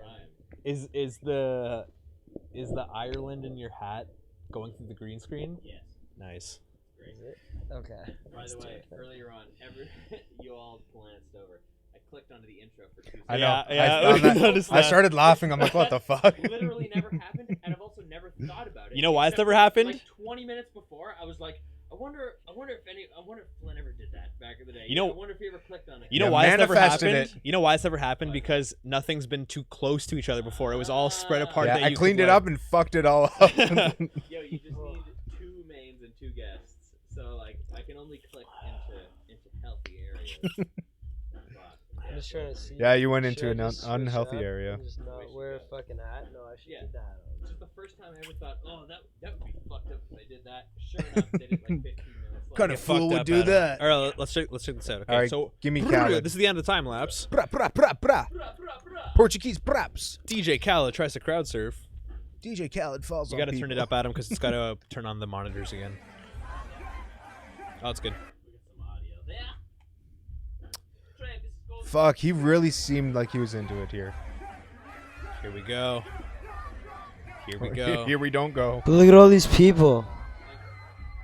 Oh Crowd god. Adam, don't worry about full screen again. just because it kind Oh, of gets buggy. God. He just gets swallowed by the It's all good. crowd. Oh my god! Oh, he comes back up. Another one. Oh my god. Do you think he's genuinely excited? Do you DJ think Khaled or Travis Yeah, Scott? do you think he believes that it happens? Yeah, I think you know what. When I think you're an artist like DJ Khaled, it's like you can tell that like you know the kind of like fandom that he's built has been like kind of half like people being like, yo, this is really marketable, and then half the people, and then half of himself is like, Whoa, yo, he's I'm got just something to living my say. life. He's got something Oh, to wait. say. He's got too much Oh to no, say. he's on the elliptical. I know he is. No, he's on the gliptical. He's I on the I fucking knew- elliptical. I knew he was that motion. Are you a DJ Khaled follower? No, that bodily motion is elliptical motion. That's elliptical Jewelry. motion. Your whole body just moving in a. You see it? You Do see you want it? to God maintain this, do you want to pull know up what the I mean? video of the Jesus kindergarten Christ. classroom? All right. You know what his real name is, by the way? Khaled. No. Khaled. Khaled. Yeah. Is it like He gets Khaled? made fun of in school. Okay. That's not. Literally, his first name is his last name is his first name. Okay, so let's just Johnny bring it Two back Times. real quick. Yeah. Can you tell if that's phony or not? Can't tell. If I that's can phony. tell Yeah. that's fucking bullshit. Yeah, because that was not a crowd surf. Like it's bullshit. Do you see what I'm saying? Like it's that, and that guy is worth how much? I don't know now. Probably- Like, there was that one point where. Yeah, DJ Khaled is now kind of like a living meme. Recently. Yeah, But DJ prior Khaled. Like, to- Hang It on, was a what the big fuck deal. is going on right okay, here? It wait. was a big deal, right? Sorry. Yeah.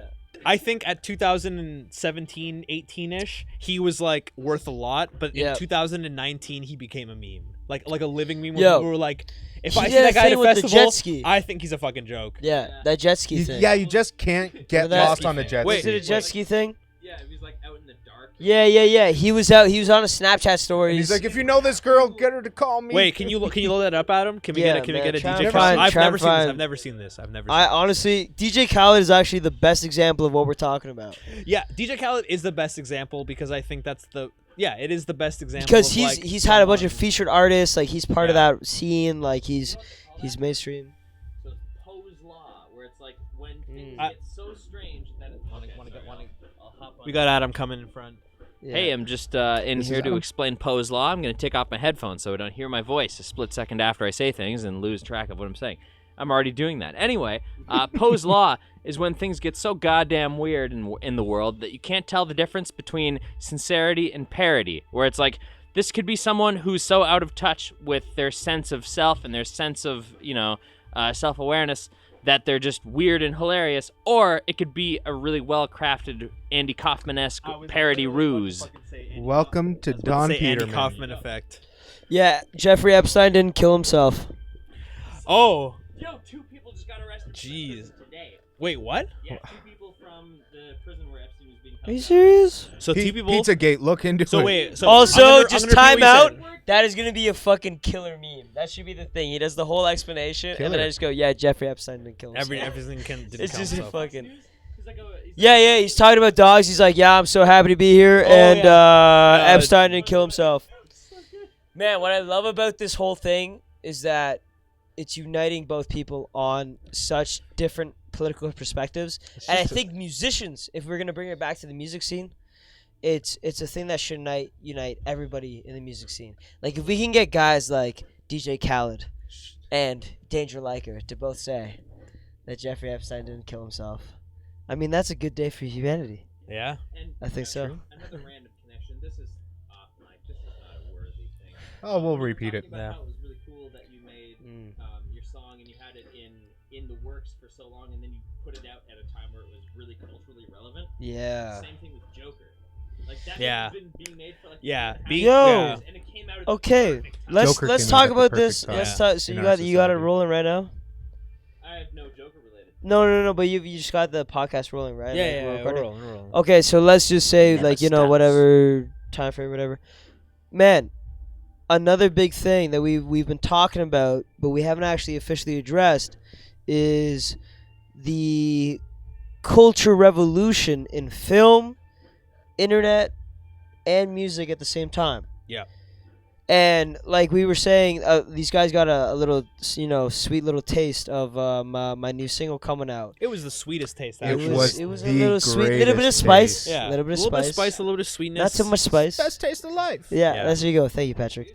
But what we were talking about was I wrote that song back in May, and now it is being debuted in the end of November. But then you look at all the stuff that has happened within society from that point on. Now, I did not influence, a lot of these climate protests. Yeah, or of course. You're the Holocaust reason all stuff. this stuff is going on. But in these China. are things that are happening. You got Brexit getting pushed Exactly. You got got Alberta doing weird you stuff. literally Weird have shit. pandemonium, which is what Yeah. the song's name is. You have a chaotic state. Yeah. And the cool thing is that not only is that happening in music with a lot of artists, but also in film. And what we didn't talk about was, which I think is a huge, I would say, tag on our generation, is the Joker. Yeah. You And know, I think people that, are outlining. We got Yeah. That as such. scissors over here for Yeah. that exact purpose. Yeah. yeah, and honestly, I think like that movie alone is the mark of that statement that we are talking about, because the media tried to shut it down.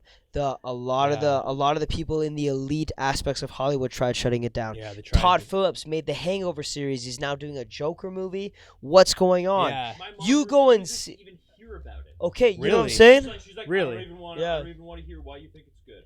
Like, okay, bro. Mary, if you're listening, watch the Joker. Yeah, dude. It's Just watch it. Mary, come on. Just watch it. Give it a chance. incredible. It's what a lot of people are going through. And it's not about Just what wait till you Sonic think. comes out. It's not about what you think. And I went in, I thought, okay, you know what I mean? Like I went like a blank sheet. I knew Heath Ledger's Dark Knight, the Joker. I Yeah. was like, okay. Hard to replace. You know what I mean? I don't know. It's Jared hard to Leto did a replace, pretty good job. Hard to up. Like hard to outdo. up, and also hard to up the commentary on. Because Right. as a musician and as somebody who's involved in the culture scene, I'm like, what are you gonna say about the culture right now? As the Joker, because the Joker has always been known in the comic books going back to the 80s as always questioning the aspect of society. And oh my God, did Joaquin Phoenix take that movie and that role to a whole other level and take that idea and fit it in perfectly with what is going on right now. Yeah. It's not that we have any control, and I won't spoil the movie, but it's the aspect of that entire movie. When you watch it, you're not in control of anything. And you have no idea you're- what's gonna And happen. you were left not even knowing if you Actually, you knew feel what was bad going for on. him or not. Oh, You know what I mean? The It's like ethics of it. it's that. It's that Oh, whole. yeah. It leaves you with like an uncertainty of like, Yeah, oh, it's because of that uncertainty. It's almost like it allows you to dude, get you it more. felt bad for the bad guy. You did at points, but at the same time you were in like- in the movie. There's at points where you felt bad. There's points at the movie where you felt like fuck this guy, but at the end, it was like a collection of all that where you're like, I don't even know. Like your brain's like at some points being like, oh man, when they on the bus or on the subway, blah, blah. Yeah, and you're then like trying to piece but together. then there was points where you're like, at the talk show. You know- and, you know like, what I all think this it kinda was? Stuff. I think it was a warning. I think the piece of film, and when you look at all the interviews of Joaquin and Todd Phillips and a lot of people that were involved in it, I think what they're trying to get at is when you shut down and when you censor Mhm. YouTube, Yep. people, Fucking and you YouTube. put them in a corner and you don't let them talk, this is what's going to happen. Get what you fucking Big deserve. dicks come Yeah. swinging. Exactly Yeah, big dicks Right? come swinging. You eventually get a big dick and it swings hard. I think there's a very famous That's a big, hard-swinging dick. African saying in which is the child that is excluded from the village will burn the village down to feel the warmth of its people. Whoa. Okay. Can you say that one? Can you say Well, that one let's more time? end it Can you- wait, there. no, can you say that one more time? Can you say that one more time? The fuck? the child that is I will say the child that is exiled from the village burns the village down to feel the warmth of its people. Wow. You want to And- timestamp that one for Yeah. us? You should, Yeah, yeah. that's And amazing. man, that is a proverb that has been around for hundreds of thousands Yeah, of I years. think my people. Where'd actually you made where'd that you one. where'd Yeah. you hear that? I actually heard that through somebody that was commenting on the Joker film, and also I believe it was part of one of my religious studies back in high school when I was a part of a Catholic high school. So shout out. Wait, what high school? I own a Catholic secondary. So we had Iona? I own a Catholic secondary. Yeah, you know Il Scarlet. Yeah. They went to my high school. Oh wow. Yeah, They almost yeah. came So on, they lived yeah. on Will Scarlet Drive, and the way they got their band name was they used to graffiti the W out of the Will, and they were Ill Scarlet. Ah, And also, do you know the song 1A? Yeah. I've partied at 1A. really? Yeah, it's Tell us what the it's party like was it's like a like. crazy like project like kind of townhouse area, but I mean like that whole song, like that shit went down. Like that's Wow. How so did they're super cool, man. Like it's they're awesome guys, and they were again early 2000s. Like, you know, you had to be on Much Music, the whole 9 yards, and they were in this weird scene where like they were still big just as YouTube and all this kind of Vivo and all this stuff took off.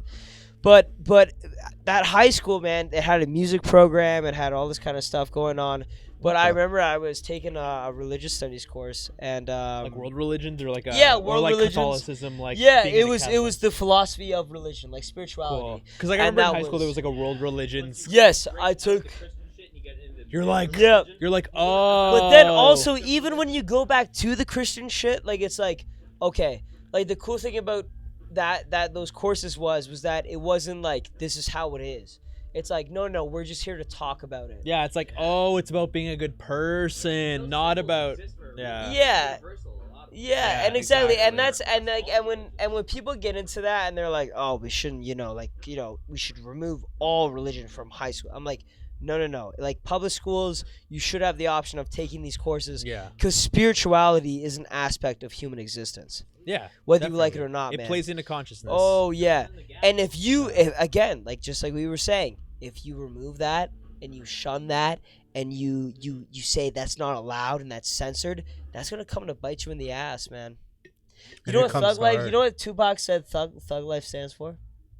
Tell The us. hate you give little infants. Oh, hold on, wait, you might hate have to you cut give- this. Uh-oh. Fucks everyone, and that's it.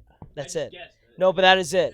Sorry, I had a Hate brain you- fart. The hate you give little infants fucks everyone, and that's it. Damn. Sorry, I had a brain fart there, but that is exactly what thug life actually means. Damn, that's beautiful. Yeah, I actually did an essay on that recently. On Thug Life? And on thug life, on the aspect of how society breeds these. There is aspects of society that give shit to people, and those people come to bite them. And like, I mean, you look at really down and out areas, whether it's white or black, whatever it is, but impoverished areas where drug dealing is huge, methamphetamine, cocaine, Molly, whatever it is. Shout out to Molly. And then you look at music scenes, right? Like metal, punk, all these things that were underground. They were shunned. It was satanic music, the whole 9 yards. That stuff comes to bite you in the ass. Yeah. And Come like, look hard how and it becomes often. mainstream. Look how it becomes the big thing. And then, is that good for society or not? We can debate that. You know what I mean? Those are the people with the strongest criticisms Exactly. we've been observing from the outside. Exactly. Wait, Mhm. how did you end up at 1A? How did I end up at 1A? Yeah. Like with Il Scarlet? Okay, so I was.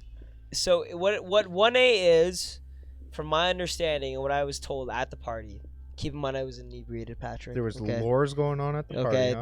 there was lore. All I right. don't know if you've ever There's played lore. Dark Souls, but we're gonna get into some Oh. fucking lore real quick. Oh, Okay? here we go. Here we go. So Il Scarlet went to my high school. They grew up in the area that I grew up in, or I spent a lot of my high school career in. And there High was school a projects kind of townhouse apartment complex area, and one of the buildings is called 1A. There's 2A, there's 3A, and there's 1B, 2B, 3B. Is it the spot? It's the spot. So 1A 's the idea number one was when spot. we were in 1A, I was with a couple guys in the music scene, and we were all kind of joking about how, oh my god, no way, like this is 1A. And then somebody there was saying, well, actually, this is where these guys kind of hung out before they got big, and this is where 1A came to be. Cool. 1A Now is I don't just know big if that's pimpin'. true or not, but it is a pretty cool story. I think it's easily believable because It's like easily believable. any band that has Yeah. their local venue Yeah. that was kind of small and they broke out of, they're always gonna mention that. Like I feel like Yeah. if some band gets Like Harmony big, Lunch from ex- the exactly. 1830s. Man, feel- and they were I feel like if some band breaks out, they're gonna be like, "Yo, Harmony Lunch was my spot." Everyone's gonna be like, yeah. "Yo, I've always loved," and it's like, Yo, Harmony Lunch bro, was the you shit came back to in the Harmony day. Lunch once. Yeah, you did But Harmony yeah, Lunch okay, once, man. cool, yeah. I'll No, yeah. I think You never I even think- had I their think that's what it milkshakes. is. Yeah, you never even had the crazy chicken burger. Yo, I had that when I was there last week, man. The pickles? Okay, yeah, I had the pickles. The only criticism I have of it, you need a bigger bun. Is that it wasn't Popeyes? You know what? They need a bigger bun. You know what? That's it. Ian's all about the bigger buns. I do like my big buns, Mhm. but I've come to realize that without a small bun, you cannot appreciate The chicken. the chicken, the size of the meat, Yo, it was huge So much. because of the small bun. because of guys small are- Because bun. if it was a Just big bun, you would have killing been it like, "Oh, that's It's pretty good. small. It's okay." Oh. God damn! So how do you win that, man? It's- Patrick, that's how do Just you like win life. that, bro? It's just like life. There is no winning. It's just. Oh playing. shit, that's dark as fuck, dude. Wow. That's dark. On fucking toasted bread, you know? Yeah. Give me that Dude. rye bread. Just like, Yeah. where it's like, You ever go into a leftovers in your fridge and you just take two Halal? pieces of bread, you toast them, and you put them in your Yeah. patty? Jeremy Renner theory is the main attraction. Jeremy Renner, main attraction. Have you heard Jeremy Renner's new track? Nah, man. You know pull that Jeremy sh- Renner, like the actor from like he's Hawkeye from the Avengers, bow and arrow guy. He makes rock Yes. music Okay. now. Yes. like- He's also like a fucking stadium meme. rock. He's had some issues in the household. Okay. Yeah. I wouldn't say issues, but it's just like it's just the fact that a dude who was like the biggest time actor became like Yeah. like he's like, you know what? I got can do enough whatever money the to fuck go I want." into. Whatever I want. Yeah, I can get into any studio. I can do a I'm Chris gonna get Gaines. any big session artist. Julia has the best take on it, where it's like, yeah, he came in with his regular looking face, and Yeah. he came in with his shades on, he took them off, and they're like, Jeremy, what kind of music do you want to make? And he put his shades back on, and he took them off again, and he said, I want to rock. I want to rock. Yeah. Man, that sucks though because he had such a good role in the Hurt Locker.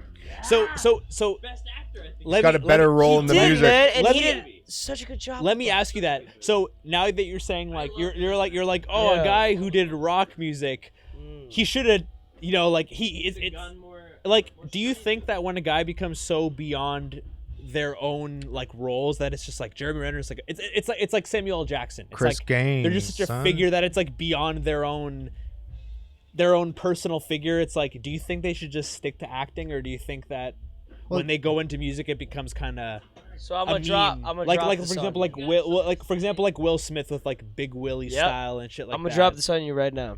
Give me some real, Jacob. So Give me some real. there you go. Sound by this. So people would say a crooked Oh. cop is a bad example of a cop, right?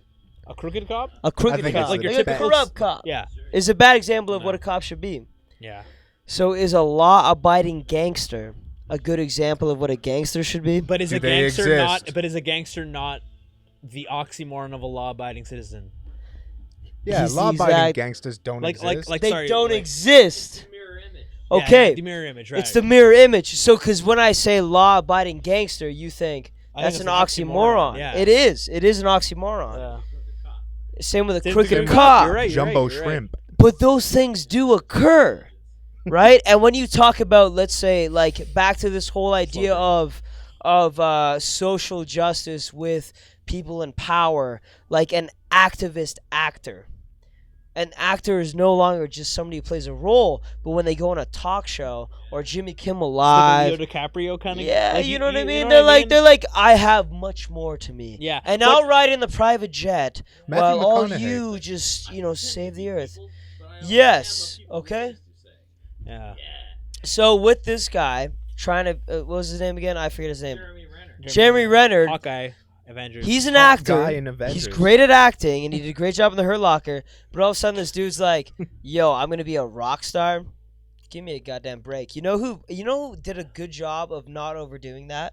Johnny Depp. Garth Brooks. You think so? You think so? No. I actually. No. Did you disagree? No, because Because I only followed it so much. I don't- only I don't- followed it so much. I don't- Keanu Reeves plays bass in it. I don't. Yeah, but Keanu Reeves, you know him more from the movies. But when You can't say hear anything John, bad about when you hear Keanu. Yeah. because like I feel like Johnny Depp is like He's when you fucking hear the name Johnny bananas. Depp, you just He's actually you just, psycho. You just try to think of so many. You're like, Oh, that's the dude who throws bottles at his What wife. about Ryan When- Gosling? He's in Oh shit, Yeah, Patrick! but- I did not hear about that. What the fuck? yeah. Yeah, Tell us. He's throwing bottles at I his think he- wife. Bottles people? I think he threw Look a it bottle up. at Amber Look Heard. it up, bro. Can you look that Amber up real Heard? quick? Oh, okay. That's All right, a all right, complicated all right. case. Let's Okay, let's- complicate the case. No video. Hold on, let's talk about Johnny Allegedly, Depp for a second. Everything is See, alleged. oh, when- a legend. Like when Johnny Depp does like a music project, though, I'm like, oh, Yeah. cool, I got with Johnny Elon Depp. Musk. But at the same time, I'm like, oh, it's the guy who did blow Yes. that's doing music. It's not like it's not like I'm like, oh, I can't wait to see what kind of music Johnny Depp makes. I'm like, the alcoholic. oh, the guy who made Blow. I'm wondering to see what his music What sounds his music's like. gonna sound like. So it's kind You're of not weird. like, can and see it's it. different. You know what so I mean? let me ask something. Yeah. If Yeah. you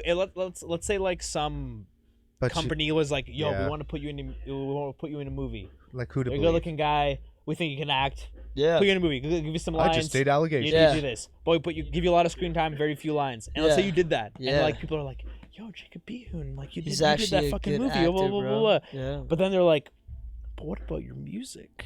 Can you Like, fucking what did you rock? feel kind of weird? Because like, what if Johnny Depp was like, Mm. I was into music before I was into acting, and let's say you're the same guy, but some guy Yo, gave true. you your break in another aspect. Like, how would you feel? Like, it doesn't matter of how You would know you what's think. It's like, hilarious? how would Okay, you- you're gonna like But this. Johnny Okay. sucks. You're gonna at like this. music.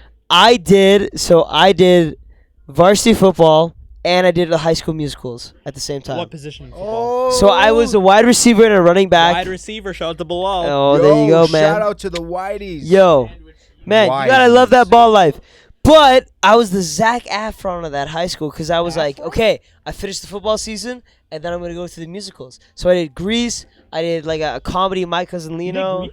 Yeah, I Like, was Duty. Wait. I was Duty. I was Frenchie's boyfriend. No way. Yeah, I did Magic Changes. Judges stick at their neck. Yeah, yeah.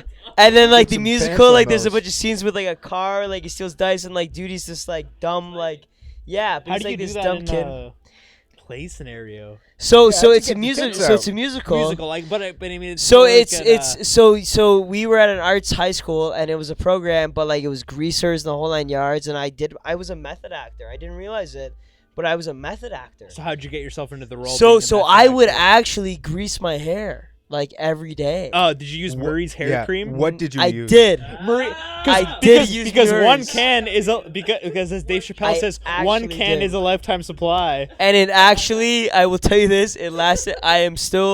I just wrapped up Murray's, the last can I had. So that Was was it the first can you had? the first can I had was in, it must have been 2011, 2012.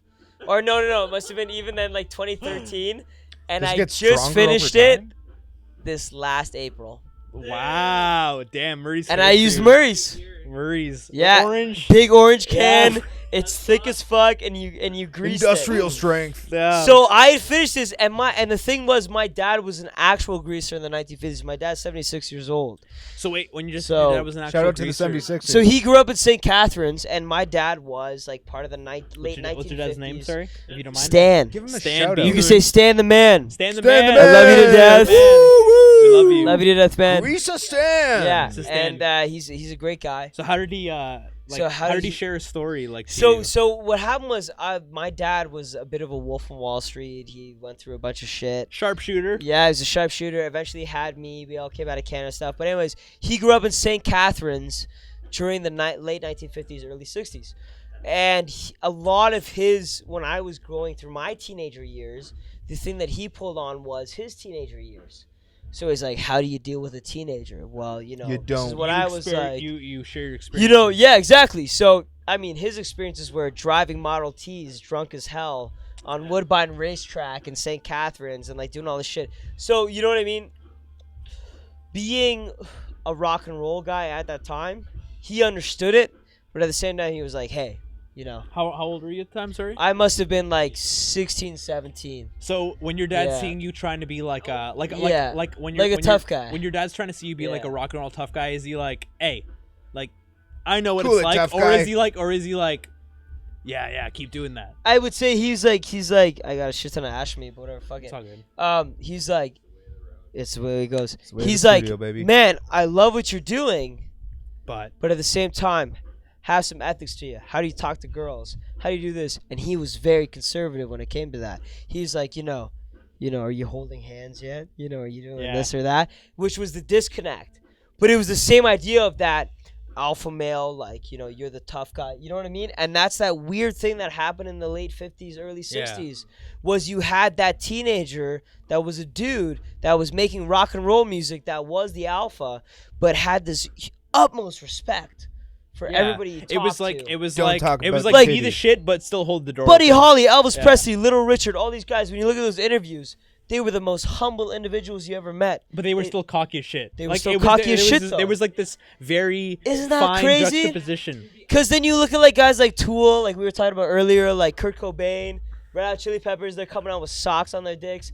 Like it was shock and awe. But back then it was like, oh gosh, I'm just so excited to be here. But that was a big deal. You were like, because you were talking about chicks and stuff. It was like, wow.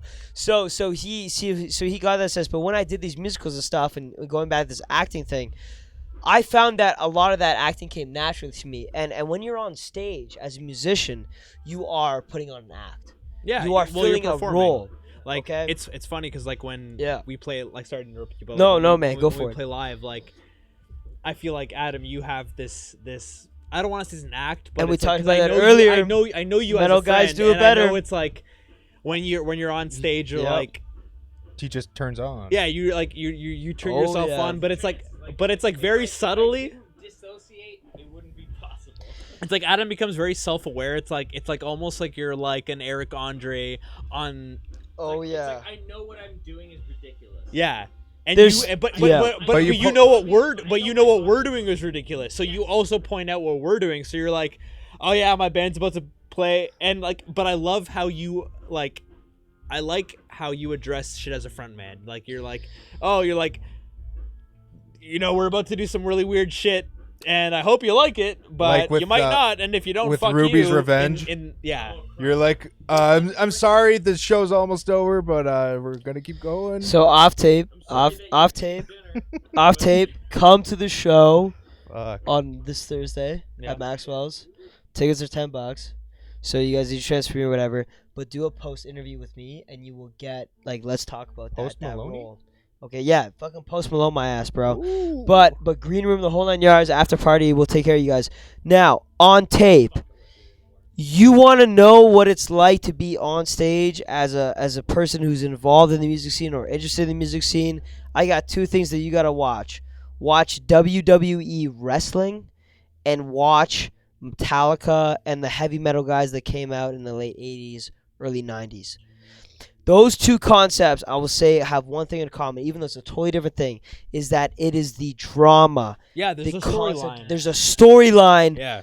of what is happening, and that is what people want. And what you're seeing is, back to that whole conversation that we've been having tonight, is people want that drama, and they want that storyline.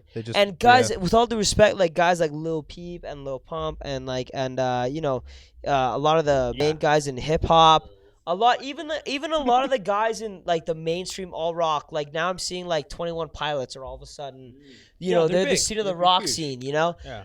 But where's their story? Where's their ideas? Where's their conversation? Like Cage the Elephant, I think, is a really cool band. Or like Tame because Impala. Tame Impala is another really cool one because those guys have held on to it, and they're actually bumping up right now. And like their shit's being sampled. Yeah. And then they're like embracing that fact that's being. They're not like they're stealing our music. Yeah. That's they're crazy. They're not taking that. Because I saw them open. Yeah. Yeah, but see the thing is, not just because of their music itself, but because it's being sampled, and the fact that there's two kind of sampled artists. The one that says you're ripping us off, we need to claim it, and then there's the other one that's like, oh, Go right ahead. like go right ahead. It's exposure. Yeah, it's exposure. It's the new wave. Bad, not good. Bad, not good. Shit. Yeah. They're Humber, they're jazz kids, and they're like doing instrumentals on Kendrick albums. It's fucking Exactly. How the fuck is I know that some possible? guy. I know feel some like dudes Adam that should have a studied with microphone. Bad, Bad, Not Good, and like, One day, yeah. when I get more relevant. But you know what it is? You It's are it's just and as again, relevant as it's like us. seizing those opportunities, and just know that you as a musician in this environment, you have those opportunities. No longer is it 2 or 3 TV radio companies that are going to dictate whether you get on the TV or not. You can go on the TV yourself now. Like Exactly. that's the big difference. And yes, is it much more competitive? Is it much more cutthroat? Absolutely. Is the business still ugly? Absolutely. Exactly. But do you have hope and goals Sure you to can have reach hope. on? Yeah, man. You got tons of that.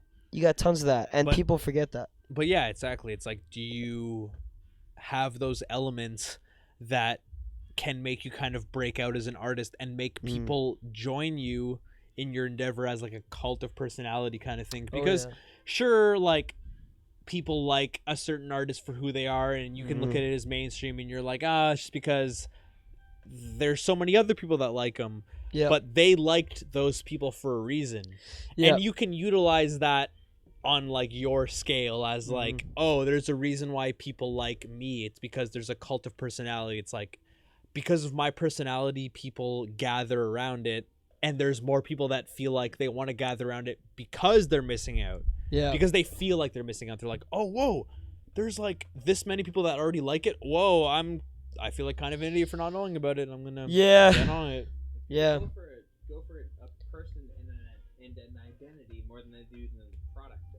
Yeah. Yeah. I don't give a fuck about cooking, but I watch a lot of Cooking shows. Exactly. Because I love that Yeah, bitch. that's- Yeah. I love Brad Leone on Bon Appetit because I love watching him specifically. Exactly. He's Exactly. awesome. Yeah. So I see we have some videos queued up. Yeah, let's get that kindergartner up. Let's challenge Adam's skill more. Adam. Is this how it goes? Is this correct? I think there might be a tab. I think there might be a tab with the video already open. Well, yeah. These are the things. Yeah. No, Alright. the other tabs. The other Yeah, tabs. go to the other tab. Yeah. Yeah, there's other. There's Yeah. other. Okay. We're gonna start off with some Okay. All right. Yeah, Let's get it going. this my bro. Turn it up. Good afternoon, parents. Good afternoon, boys and girls. Shut the fuck up. Hey. No, thank you. No, thank you. Do you need to leave? No, bitch. Oh my god! And then the guy carries him out. Just literally grabs his armpit and just. He's carries like, him okay, out. you're going home. But yo, go back to the video. You Holy can tell by the shit. hats that it's kindergarten graduation. You can tell. He's getting held back. Yeah. Shut the fuck up. Oh man. No, thank That's not nice. you. Do you need to leave? No, thank you. No, bitch. No, thank you. Oh man. Yo, he just picked him up. Yeah, he just literally grabbed him by his armpit. He like was his left like- armpit and was like, Yo, yeah, Tyrone has That guy left the wasn't very chat. happy. Yeah. Oh my god. This is a great episode of Rick and Morty if you haven't seen. Thank Yeah. you. Oh yeah, I've Cool. seen. Yeah, this is what we'll get into that. Um, Do you want to? So are we? So BG staying we- alive? Old what? Do we talk All right, about? this video. Do we talk about these videos? Do we talk about that? Do you want to talk As about far that? as far as the teachers need, as far as this video, How that just deep do you happened, want to get into It's this? like literally. what does okay. it say about this? No, but like, kid's why do you? home Why, man? life? Like, what type of kid? Like, you did some stupid shit in elementary school. I know, but I feel like he's just. I feel like it's a reflection of his home life. Yeah, man. Okay, so I'll That's tell you what's this. fucked When up. when I was a kid and I was in kindergarten, I remember how in kindergarten there was nap time. Yeah. Was there not? Was there No, not? bitch, I don't remember. I don't remember nap time. No, I remember No? nap time. No I'm nap sorry. time? No, I remember No. nap No time. I nap time remember for nap me. time. No nap time. No, I remember nap time. Patrick, do you remember nap time? Never had a nap time. Yo, I had nap Never time. nap time. No, never. Well, that's why he's so angry all the time. Okay, we got a 50-50 crowd here. It's okay. It's all good. It's all good. So with the- disrespectful. No naps for some of us. That's pretty good. Okay, so Yeah. with the nap crowd, Yeah. it's like spoiled. I remember in the nap crowd some kid yelling out, not "shut the fuck up, bitch," but just "shut up," and then the teacher just like laying them down. But that was in like the 1990. teacher was laying down. The teacher was laying them down in the Oh. shut the fuck up. Yeah, yeah, But that yeah, was yeah, like, yeah. But that, like Hit a considering, dog and but you assert your but dominance. considering that's like Oh shit. from like 1994 or 1995, it's like Yeah. I feel like that's just a parental thing that just kind of transcends. Choking a kid out. Yeah, exactly. yeah, man, Just I grabbing guess a so, kid by man. his right armpit. But I mean that kid was like, dude, he was. That's He had one of he the had it. toughest I feel kids like in he had his own agenda. He's the toughest He was kid in like school, he was like I know what I'm gonna say is wrong, but I'm gonna say it. and I'm gonna say it fucking loud. Yeah, and I'm gonna say it loud. And he's like, and then he follows up. And And I'm he says, doubling "No, down. bitch." Yeah, And, he literally like- says bitch twice. Yeah, like he fucking brave knew what kid, he yeah. was doing. I Yeah, feel like he's brave. he's done fucking around. Yeah. BG staying alive. Yeah. This shout out to fucking State ya United, mamas. United. Yeah, your mamas. Yo, All right, let's yo see what mamas. else you got. State United, State United, State United. Okay, what's this one called? Put it on theater mode, not full This screen. is using lung infection as a musical instrument.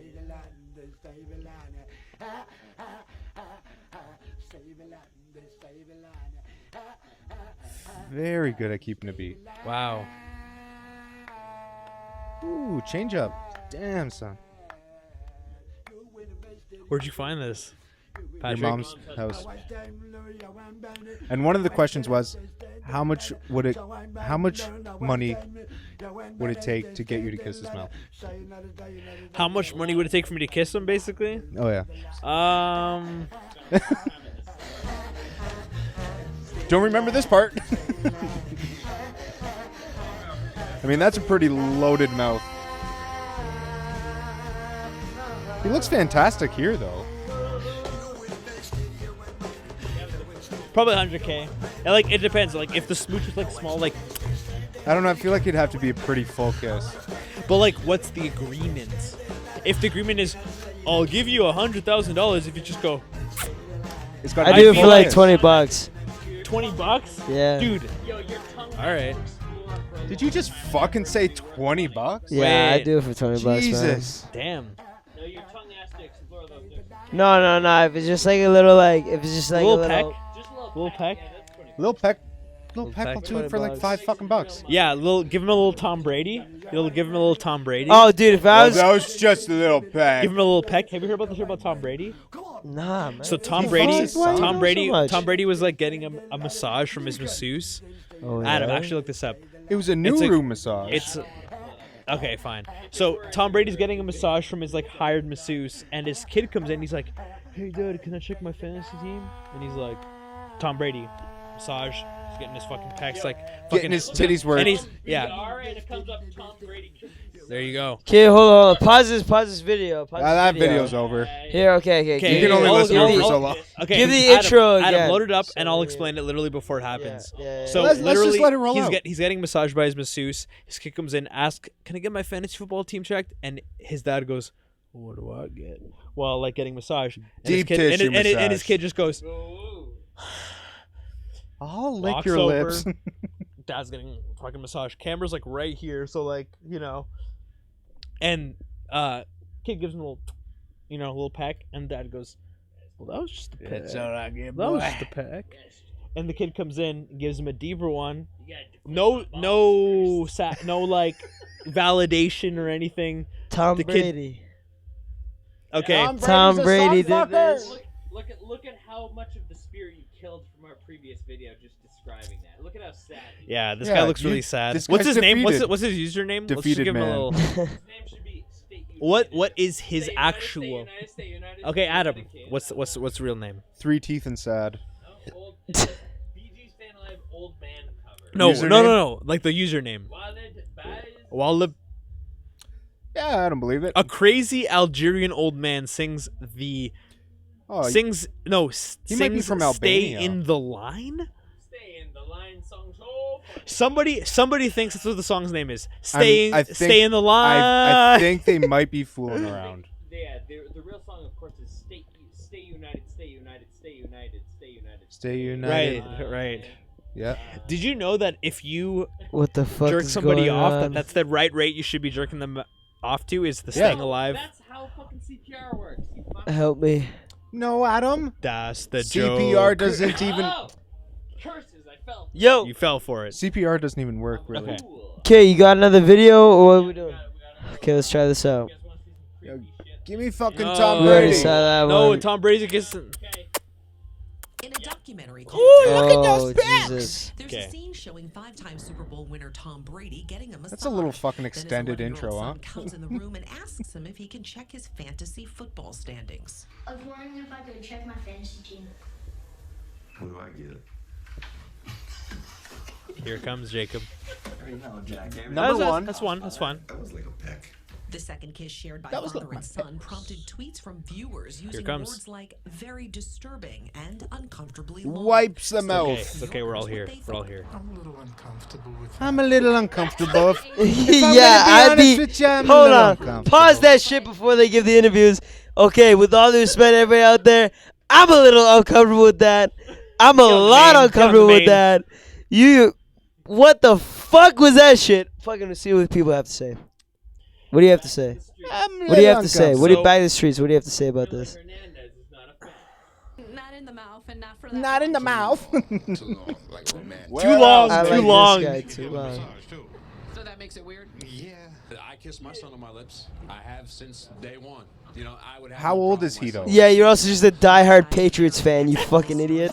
All of you guys do that shit. If you kiss your kids too much, it's the wrong thing. If you kiss your Boy, kids guys, too we got little, listeners it's By the his wrong son. thing. If you hug too much, it's the wrong thing. Or I think people need to back off and just stop. Wonder what kind of porn she's parent-shaming. into. You know what? You know what though? Stepson. Hold on. She brings up a really good point that people are like in this age in general, Just like fucking stepsons and stuff. like yeah. it is that is maybe something personal in that family life. Now, what has happened is that has come out to the public. So what we've seen is, and the general reaction is, we're all just like, what the fuck? Cause my dad didn't kiss me like that. Really, you never did tongue to tongue with her? Nah, man. Weird. Sometimes he spanked my ass, but that was another trouble. Huh. I love you, Dad. No, yeah. It was cool, But but I love you. yeah. But it was, you know what I mean. But like that, it seems abnormal to us, right? But what I guess that lady's trying to say is like, people do their own things. Yeah. But at the same It time, was the mouth wiping. that was the like, kid just wiping his mouth and walking away. That was kind of. It's like that's a kiss you get from. do your you know what aunt. I mean? Like that, like Yeah. that's what's drawing the line for that, and that was an initial reaction from me. That's why I was like, pause that shit. Yeah, Like, you I almost wanna tell you threw how up. I feel. I don't want other people to say, to be fair, because like I was just like that initially, just as a person, That should be me. makes me upset. Like not as like any social influences whatsoever.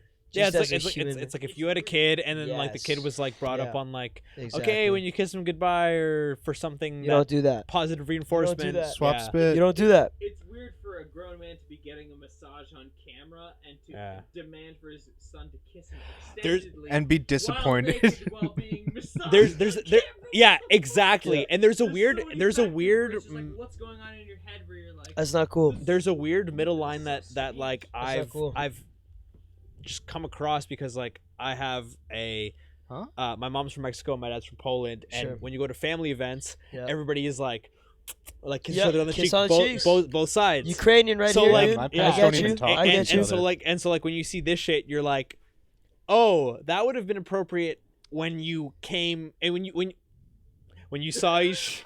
Yeah, I maybe paused for phrase my that a own little worst thing. differently. Yeah. I'm with you. Yeah, what the I'm with fuck when was you, that about? When you, I know. Nope, no. we're gonna No, highlight you that a already- little yeah. more. Yeah. No, it's all good. It's like when you see each That's all we're other posting. like 6 months after like a birthday or a Yeah. Christmas or event or Yeah, whatever. no, I'm with you, man. But yeah, just But like, it's just like- still- just like- just even like that for saying, formality- Can I check my fantasy football team? Yeah. Why And wasn't then the saying, first kiss good "Well, enough? What do I get? It's like yeah. That was Hey, you know what? That might not even be like a pedophilic or sort of like a pedophile aspect to it. It might just be a power thing. Oh, No, like checking your exactly. daughter's It's not hymen. even good for the kid. Yeah. It's a power thing. It's Yeah, a power it's thing. like man. Ti checking his daughter's hymen. I'm not saying Tom. Oh! Man, Have I'm you heard not about that saying. shit? Have you heard about that shit? Ti. Sorry, I don't mean to interrupt. No, you. no, I no, really no, don't no. mean- What you? But you Ti, got the new but shit. Ti, no jail, no nothing, no questioning. Yep. But Ti was on a podcast recently, and he, I'll say it before, he admitted that he attends his daughter's gynecologist appointments, but he with the intent of checking his daughter's hymen to make sure she's still a virgin. With written consent. Yeah. There's So many it's like ways a hymen can break without sex. too. yeah, exactly. It's like, hey, did you finger yourself hard enough? Hey, did Guess you what? ride a bicycle? Yeah. Did you do gymnastics? Did for you the do weather? Yeah, no, Your horseback hymen's broken. horseback riding is a Horseback big riding? one. Yeah, perfect. No, perfect. But it's like Not that I've been with any horseback riders, but I kind of know. You know. Well, so. it's totally okay. But what I I'm may trying, have what to I'm- have explained what that I'm- scenario to somebody earlier. What I'm Well, trying to say is that like Yeah. there's many ways where a hymen can be broken, and in the terms of like there's no textbook visual way of determining as such. No. Years ago, maybe people were into that. Yeah, but if you're like, okay, well, I pay for her horseback riding, I pay for her bar fees to go to wherever country club, and then all of a sudden you're trying to see if her hymen's broken. Yeah. On a Where's the public mother? platform. Where's the mother in this? About it like it was some sort of cool parenting thing. No, he's No, like, You're yeah, ruining dude, your that- daughter's fucking That's life. not cool, and especially now that that's public information. Yeah. That's especially not cool. Where's the mother in this? Because if I had the daughter, I would have been She's like, probably trying to and find I was her the hymen. father figure. I would have been like, look, I just want to make sure that my baby girl Still has her hymen. is well, not even that. Like, it's just is virginity is the big thing, right? Is she healthy? Is she safe? Do I need to know about a boyfriend? Those are my 3 big questions, right? Because like a lot of the time is, and it's a big disconnect, and especially being in the rock and roll scene, and like you see a lot of things like that. There's a big disconnect right now between girls and guys, or guys and guys, girls and girls, whatever you're into. There's a big disconnect. People have emotions, and what people really need to realize is that this whole thing of you being afraid of your instinctive emotions is not okay, because people have instinctive emotions, and if you try and censor those things and push those things back, like we were talking about earlier, they're going to come out in very violent ways. And they might come out in ways like this, where it's like all of a sudden this is public news, man. Yeah. That's messed up. Right? There are concepts in the universe that are unbreakable. Right? Like humans bleed. Anything alive can die. To create human life, you need a sperm and an egg, right? There's various rules, right? If you don't eat, you starve. You know what I'm saying? These are things that make up your existence. And I think what people are forgetting is, especially in times like now, is that they've been told so much that, oh, it's you and you're special and you're unique and everything evolves around you, that they're making their own reality when they're forgetting that, no, if I dropped you in the Amazon in the middle of the night on a helicopter, you don't know what the fuck to do. What would you fucking do? You'd be dead in like fucking 24 hours, man. A fucking snake has got your ass. Like, you're fucked. Exactly. Like, welcome to the real world, right? Yeah. Like, The jungle, baby. exactly. Yeah, like, but that's what that song's about, man. Like, it's like holy shit. Like, there's that line, and like I feel like now, like what we're seeing is like people are crossing that shit, and I think musicians, if you're listening, start bringing people back to understanding where the line is, because we're already past the line. Like, we're already past it. We've been past the line for a very long time. Culturally, we're past the line. Yeah, culturally we're past the line, but I think Musically, it takes. we're not. I think it takes passing the line on a mainstream level for people to really get that, and then it'll have the trickle down effect on us up and comers. And that's what you're seeing. And that's what I'm seeing, and I feel like the way I'm like, everybody's always like, oh, it's just like, I don't say, a lot of people say this, but like some people has identified me as like a centrist, where I'm like, oh, I don't pick either side. I see both as equally valuable, but it's like it's that thing exactly where it's like, people will eventually just take that thing for a couple years, and then eventually it's like, okay, that's what's gonna kind of set the balance. Now it's fucked, but eventually, hopefully it will like those values that you exactly said, it will be kind of spread out, and then people will kind of evaluate that as a whole, and then hopefully we'll all get that, and if we don't, maybe go fuck yourself. And on that note, I think we should end off. Do you want to plug anything before you sign off? Yeah, I mean, if this is coming out sooner or later. Yeah, when would you probably like this to come out? Yeah. So we can basically release it. I mean, if whenever. it come out like tomorrow, if it's cool. All right. If the audio levels are fine and Let's shit. do it. Everything's cool. Let's do it. Maxwell's November 21st. Catch me and the Canadian Daydream opening 2 for the days. monorails. Yeah, Or 1 day. November 21st, 9 p.m. Also, my Maxwell's. new single coming out November 27th. Don't that miss should it. be- yeah, don't miss it. It's gonna be a really good time. Pre-save link is in my bio right now. We'll on all my promote it social for you media. on the day of the release. And yeah, kudos to Ape Audio. Shout Thanks, out to man. Danger Liker. Thanks, Thank man. you for coming by. You guys are doing great, man. Yeah, This thank is you guys. Where can we find you? on the You social can- medias. You can find me at Jacob Bihun. You can Spell find that me out for him. JACOBBIHUN. You can find me at Jacob Bihun Music. Again, same spelling. And then you can find me on my website, jacobbihunmusic.wix.ca, I think it is. So, yeah, either way, man, you'll find me. I'll find you before you know it. That's just how the business rolls. Awesome. Well, thanks for coming on the Yeah, podcast. Thank man. you for very having me, boys. very mind-opening Yeah. experience today. Yeah. And remember to fist the My bell. ass. Go. Fist. Do fist it. Fist it. Fist the bell. Yeah, fisty.